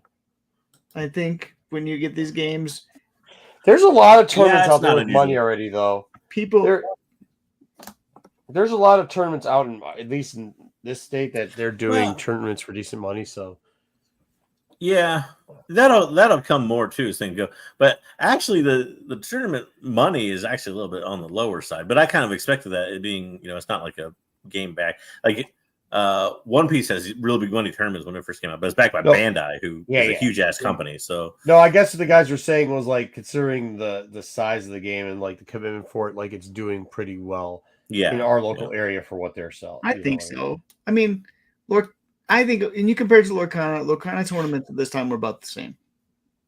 Lorcana tournaments now there's 10K tournaments, which we're talking a year and a half later. So fair. Actually, not quite that long, believe it or not. Lorcana has only been it's been 9 months. 9 months a a year. Is that what? Yeah. This card, this is worse than Hondo to me. This card is. Yeah, this card is garbage too. I don't know how the smuggle is going to work out very well, at least with the leaders. Like, seems like building a smuggle deck just isn't going to work super great. But he comes out on turn 4. Yeah, but he's just so bad. And he's who wants a 2/5? Yeah, it's also the other brutal thing is you have to defeat a resource each time. So you don't exhaust a resource. You literally take a resource away each time you use it. So I know it costs 2 less, but at the same time, you're still losing that resource for the rest of the game. Yeah, that sucks. Yeah, I don't think it's good. What the Waybirds? No way. Okay. Underword. Well, you have initiative. This unit gets +2, so he's going to get +4 attacks if you have initiative. 3 defense. There's already a card similar to this out. There's a 3/3 that has +2 that costs 3 already that you don't see play very often. I don't think this one will see play. It's lower stats. Yeah. Another Millennium Falcon. If you play this unit from the last hand, it gains ambush. Yeah, this one's really geared for Lando. The way the smuggle works, smuggle same cost. Right. And same aspects, but of course you get ambush. It comes out as a 5/5. It's kind of like a smuggle version of Wedge. But obviously you can get a little more bonuses off the smuggle. Yeah. That way. I mean, playing this for 4 with Lando is playable. Like if Lando is actually playable, like you may see Falcon and just like you said in that deck. Anything else, I don't think you see these play. Yeah. Now this next card is good. Go ahead, Marco. So you got Restore 1. It only costs 2. It attacks 2. It's got 3 defense. Restore 1 when this unit attacks, heals 1 damage to your base, which is always good. Especially considering a lot of those, like you're gonna play this card pretty easy off because it's your first. You can play it right out the gate. You can immediately start attacking with it, and your next card could probably be an add-on of experience, moving this thing up to a 3/4, so on and so forth. Put a shield on them, something to that effect, and then you're never taking base damage with it. On attack, you also discard a card from your deck. If it shares an aspect with your base, return it to your hand. So, I mean, if it's a base card, a lot of times your third colored card is the base card, and that's usually where you put in stuff that will mix it up, especially in the blue Rebel deck. So, like, right, yeah, in mono blue, like you say, you're playing mono blue. Mono is the second color you said. So yeah, blue is your main aspect. Blue is your second aspect. You'll be getting. You're gonna be drawing a card every single time because your cards are gonna be blue unless you have something that's neutral, which is not likely. So this is like a auto include in a double blue deck, and in a heavy blue deck, I think it's most likely going to see an include because it's really cheap and it heals. I mean, it's got a lot of great. I don't know if you see it a whole lot in a heavy blue deck, only because you have to be. Well, in a heavy blue deck you would, but like in a, let's say like who's cunning for heroism? Is it Leia or is she vigilance? Of my pay grade on that one, bro. Well, it was way. If you're using it with like a yellow base or something, I think it's gonna be tough. You're gonna have to build your event cards and stuff pretty carefully. Yeah, I don't think you'll see it that way. I think it's gonna be a heavy blue deck. Or something like that. It's gonna be probably but it could be great for a deck with a lot of removal because removal being primarily blue. Yeah, at least at the moment. So. All right, and then next up we have the client. It's shield. This is strong too. Yep. Yeah. Choose a unit for this phase. It gains bounty, heals 5 damage from a base when that unit is defeated or captured. I mean, that's just crazy. That's crazy. And it collects a bounty. What does it say at the end? I can't see because the thing's in there. Captured. Its opponent's collection. The opponent collects its bounty. Okay. Yep. Yeah. All right. It's 2/5 is a good stat line for a 3 with shielded. Like you don't need the action. Mm-hmm. The action is just a bonus. The action makes it a little bit dangerous. Yes. If I'm reading it right, the action starts the bounty, right? Without it, there's no bounty. There is no bounty until you do the action. But if you can heal 5 once per game, 5's a lot of damage. A lot. Yeah. But you got to be careful, like if you're playing like a FET deck. Sure. Where if you exhaust him and he gets an extra 3 from you being already exhausted. So that's where it becomes dangerous to use that action. Right. Yeah. Okay. Next up. So I can't believe it's Zora Bliss. Next up is the grapple shot attached to a non-vehicle unit. Attached unit gains on attack, exhausts the defender. Jeez, Pete. I thought this was a good. Gives a +2. Is it +2/+2? Yep, +2/+2. Oh shit! +2 and exhaust and exhaust somebody, dude. That's the big key right there. If you're it's a neutral card too. Yeah. I thought it was blue. What do you mean it's neutral? I mean, it's not heroism and it's not villainy. So okay. Yeah. It's 2. As long as it's in a blue deck, it's 2 no matter who your leader is. But you're gonna want this in the Mando deck if you're playing Mando with blue because of how all the items work. Some heavy item deck. I think it's a solid upgrade. Mando gets his bonus for upgrades too. So Zero Bliss is Zora, or Zora Bliss is a cost you 5. It'll attack 4/7. That's a lot of defense there. Draw a card at the start of the regroup phase. Discard a card from your hand. So like if you got crap, this one I don't like it too much because you don't gain a whole lot from her on attack bonus. Yeah, because you have to discard at the end of the phase. Unless you don't have any cards in your hand. Unless you're playing a deck. That's true. Like at the end of the game, it could make a difference if you're getting low on what's in your hand, or if you're playing somebody that has tried to mill you. Yeah. Out of your hand. Yeah, that's fair. But Yeah, I don't know. I think it'll see play in a deck that wants to get as many units out as possible, maybe, and it's just a way of drawing an extra card every turn to just spew an extra. To me, this kind of fits in because of the smuggle aspect. Even though smuggle's one extra added cost, like being a yellow heroism, it kind of fits in with like a Lando deck for right now. You know? Yeah. I don't know. Arm to the teeth. Here you go, Jerome. Yeah, Jerome, you got it again. You got not just one, but you get 2 hondos. Attached, this is a +2/+0, +2 attack, +0. Cost 2. Attack at 2, gain on attack, give another friendly unit +2. Wait, so hold on now. So if you play this card, you attach it to something, that gets +2, and then another thing gets +2 also? Yep. When that card attacks, yes. Oh, wow. On this face. Smuggle 4 with red.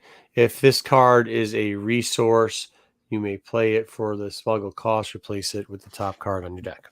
It'd be a strong upgrade in aggro decks. Yeah. 4 damage is significant for sure. It's a lot. Especially if you have like a Leia aggro deck where you can attack 2 cards at the same time. Yep. Better Hondo art too than the other. Okay, then we got an event exclusive. What is this event from? Is this from the pre-release? No, this will be it'll be probably more than right now. It's just Gen Con. I think is the only thing they announced for so far, but it will likely be other events too. I guess coming up where they have pretty much any events where they have like an official tournament or something going on. This is going to be a fucking annoying card. This card's going to be fucking annoying because it doesn't attack and you have to kill it, and it's got 5 and it exhausts the fucking. Interesting choice because they chose like the Leia like the Darth Vader and the Luke from last time that were only available in starters. They chose another starter only card. I see. I think the reason they did this is because the art was wrong on the other Grogu. Yeah, the other Grogu had one too many fingers. That's true. So let's put out another Grogu that actually has the right art on it. No. So I really think they realized after they printed that they had the wrong art on Grogu. So let's do it this way. And so this thing will be everywhere. And this is what people will play with because it's the right art. So I think that's the real reason why they picked I'll play with the wrong one on purpose. That's you. Fuck you, people. That's you. All right, Smuggler Aid. Heals 3 from the base. This card is a resource. You may play it for its smuggled cost. Replace. I thought we already did this one. I don't think so. I don't know if we did this in Pershing last week or not, so I added them in there. I didn't do Pershing last week for sure. You didn't? Okay. Nope. That heals 3 to your base, huh? Just for one. I don't think it's going to see play. Maybe not. Well, it's kind of like a repair, but repair is blue, right? Yeah. Is it repair? Yeah. So you kind of have. Well, there's one. Well, I mean, the only time is like when it gets real close. Like the last game, it took the guy like 3 whole minutes just to calculate what action had to be played in what order. It's too high of a cost to smuggle too. Like that's not worth. Healing 3 is good, but it's not worth the 3 play out of a smuggle for that. So. Yeah, fair enough. All right, then we got the Doc. He costs 2, attack 0, defensive 5. He deals 1 damage to a friendly unit, draw a card. Yeah. I don't know if I was kind of like was a Grand Inquisitor that kind of has that ability now. Yeah, a little bit. Leader, I think, but yeah. I don't think this one's good. Oh, those 2 cards seem like they suck. Clan Ren. When played, give an experience token to a unit. That means you'll get like a +1/+1. This only costs 2 and already has a 1. It's a 1/2 though, so it's easy to defeat. But if you're getting close to the end, you can always just hit somebody up with a 1/2 and see if you can make your move really quickly. So. I mean, this is a good one to play. Like if you got something left over at the end of a round or early on, you can add experience to something. But he's gonna get removed. You really are playing him just for that experience token because he's gonna get removed pretty quick. Yeah. 1/2. But. Village Protectors. What the fuck? But it's a Sentinel card. Comes out at 3. It's a 2/2, which is a kind of weak Sentinel. So when I first thought this, I thought it was like a bargain Childrenson for heroism, but it's not. You don't stack any tokens or anything on them. So, but it's also shield, isn't it? Shielding is good with Sentinel because it's basically blocking 2 attacks. Yeah, 2 attacks. Yeah. The reason I don't like it is because of the 3 costs. And it's kind of understated as a 2/2. Yeah. Yeah. So, but it also gives a shield, so it's kind of like a I don't think the undercosted matters. It's just stopping 2 attacks. Because you got I forget what is it, Crafty Smuggler or whatever that comes out. He's shielded. Doesn't have Sentinel, but he's shielded as a 2/2. Yeah. And then there's some ships, and this ship I think is going to make a difference. It's a 2 attack, 1 defense, but when played, you give an experience token to another unit that costs 3 or less. Some of the wins are because I go ship size heavy sometimes. That's the play. And I think this one, if you start adding a experience token on something that costs 3 or less, not a bad play. And who cares? Because a lot of times they'll be like, "Oh, well, I can take that down eventually. It's only 1," and then they have to over attack because they forgot about it later down the road. Here's the problem I don't like about this card. Mm-hmm. I don't like this card because it's a horrible turn 1 play, and I don't. Oh, I agree. No, yeah, it's not a good turn 1 play. No, and as a 2 cost unit that is not good on turn 1. But you have a lot of 2. No, but if you hit 6 and you turn and you throw down a 3 or 4, and then you get 2 extra ones, you drop the 2 on there. Plus, you give an experience point. I don't like 2 cost units that you can't play on turn 1. That's just I see it more as this to me would make a good actually for like a Tarkin deck a good turn 2 play instead of a turn 1 play. Yeah, because you can throw it down and then you can still use Tarkin's ability to give another experience token or even Vader's because it's a villainy card. So I think you could see it in both of those for sure. I just don't. It's just something about having a card on turn 1 that costs 2 that you don't like playing. It's just not my play style. Also, the 3 or less kind of restricts it too much for later in the game. I mean, you're not gonna be playing it like. Well, if you already have a 3 or less on that side, which a lot of air is, you can just. I just think it's like when you start chipping away on the air side. Next thing you know, your air attacks are causing 10 damage around, and that adds or 8 damage around. That adds up real quick, man. So, and if it's multiples, it's hard to take care of. That's all we've got for this week. Tom, you got to join this game starting this next set. You have to. Make sure you go to your card shops and tell them you're willing to pre-order. Give them your card player number and everything like that. Excuse me. Try to help them out a little bit. All right. I'll try. No, not just you. I was telling everybody. I doubt you'll do it. I was telling everybody else. And MSRP should be similar on the packs if they're charging you too much inflated on it or on the case or you know what I'm saying. You're asleep. I am, dude. I'm trying to. No, yeah. Do not pre-order something for higher than $120. Yeah, don't pre-order. No, they're ripping you off. I'm seeing pre-orders around here for 90. Yeah, nice. It should be actually below MSRP, but it doesn't necessarily have to be. But. Yeah, well, it's for 90. I think the first set is 80 for 80, but I have not seen any for 80 like I saw for the first set so far. Yeah. So, but 90 is still decent for a box, I feel like. Yeah, it is. Have to agree. It's been a very long weekend. So I am falling asleep, guys. Yeah. So we have to say goodbye. Hope you guys had a good show. Have a good show. We had a good show. Whatever. See y'all later. Where's the out on this?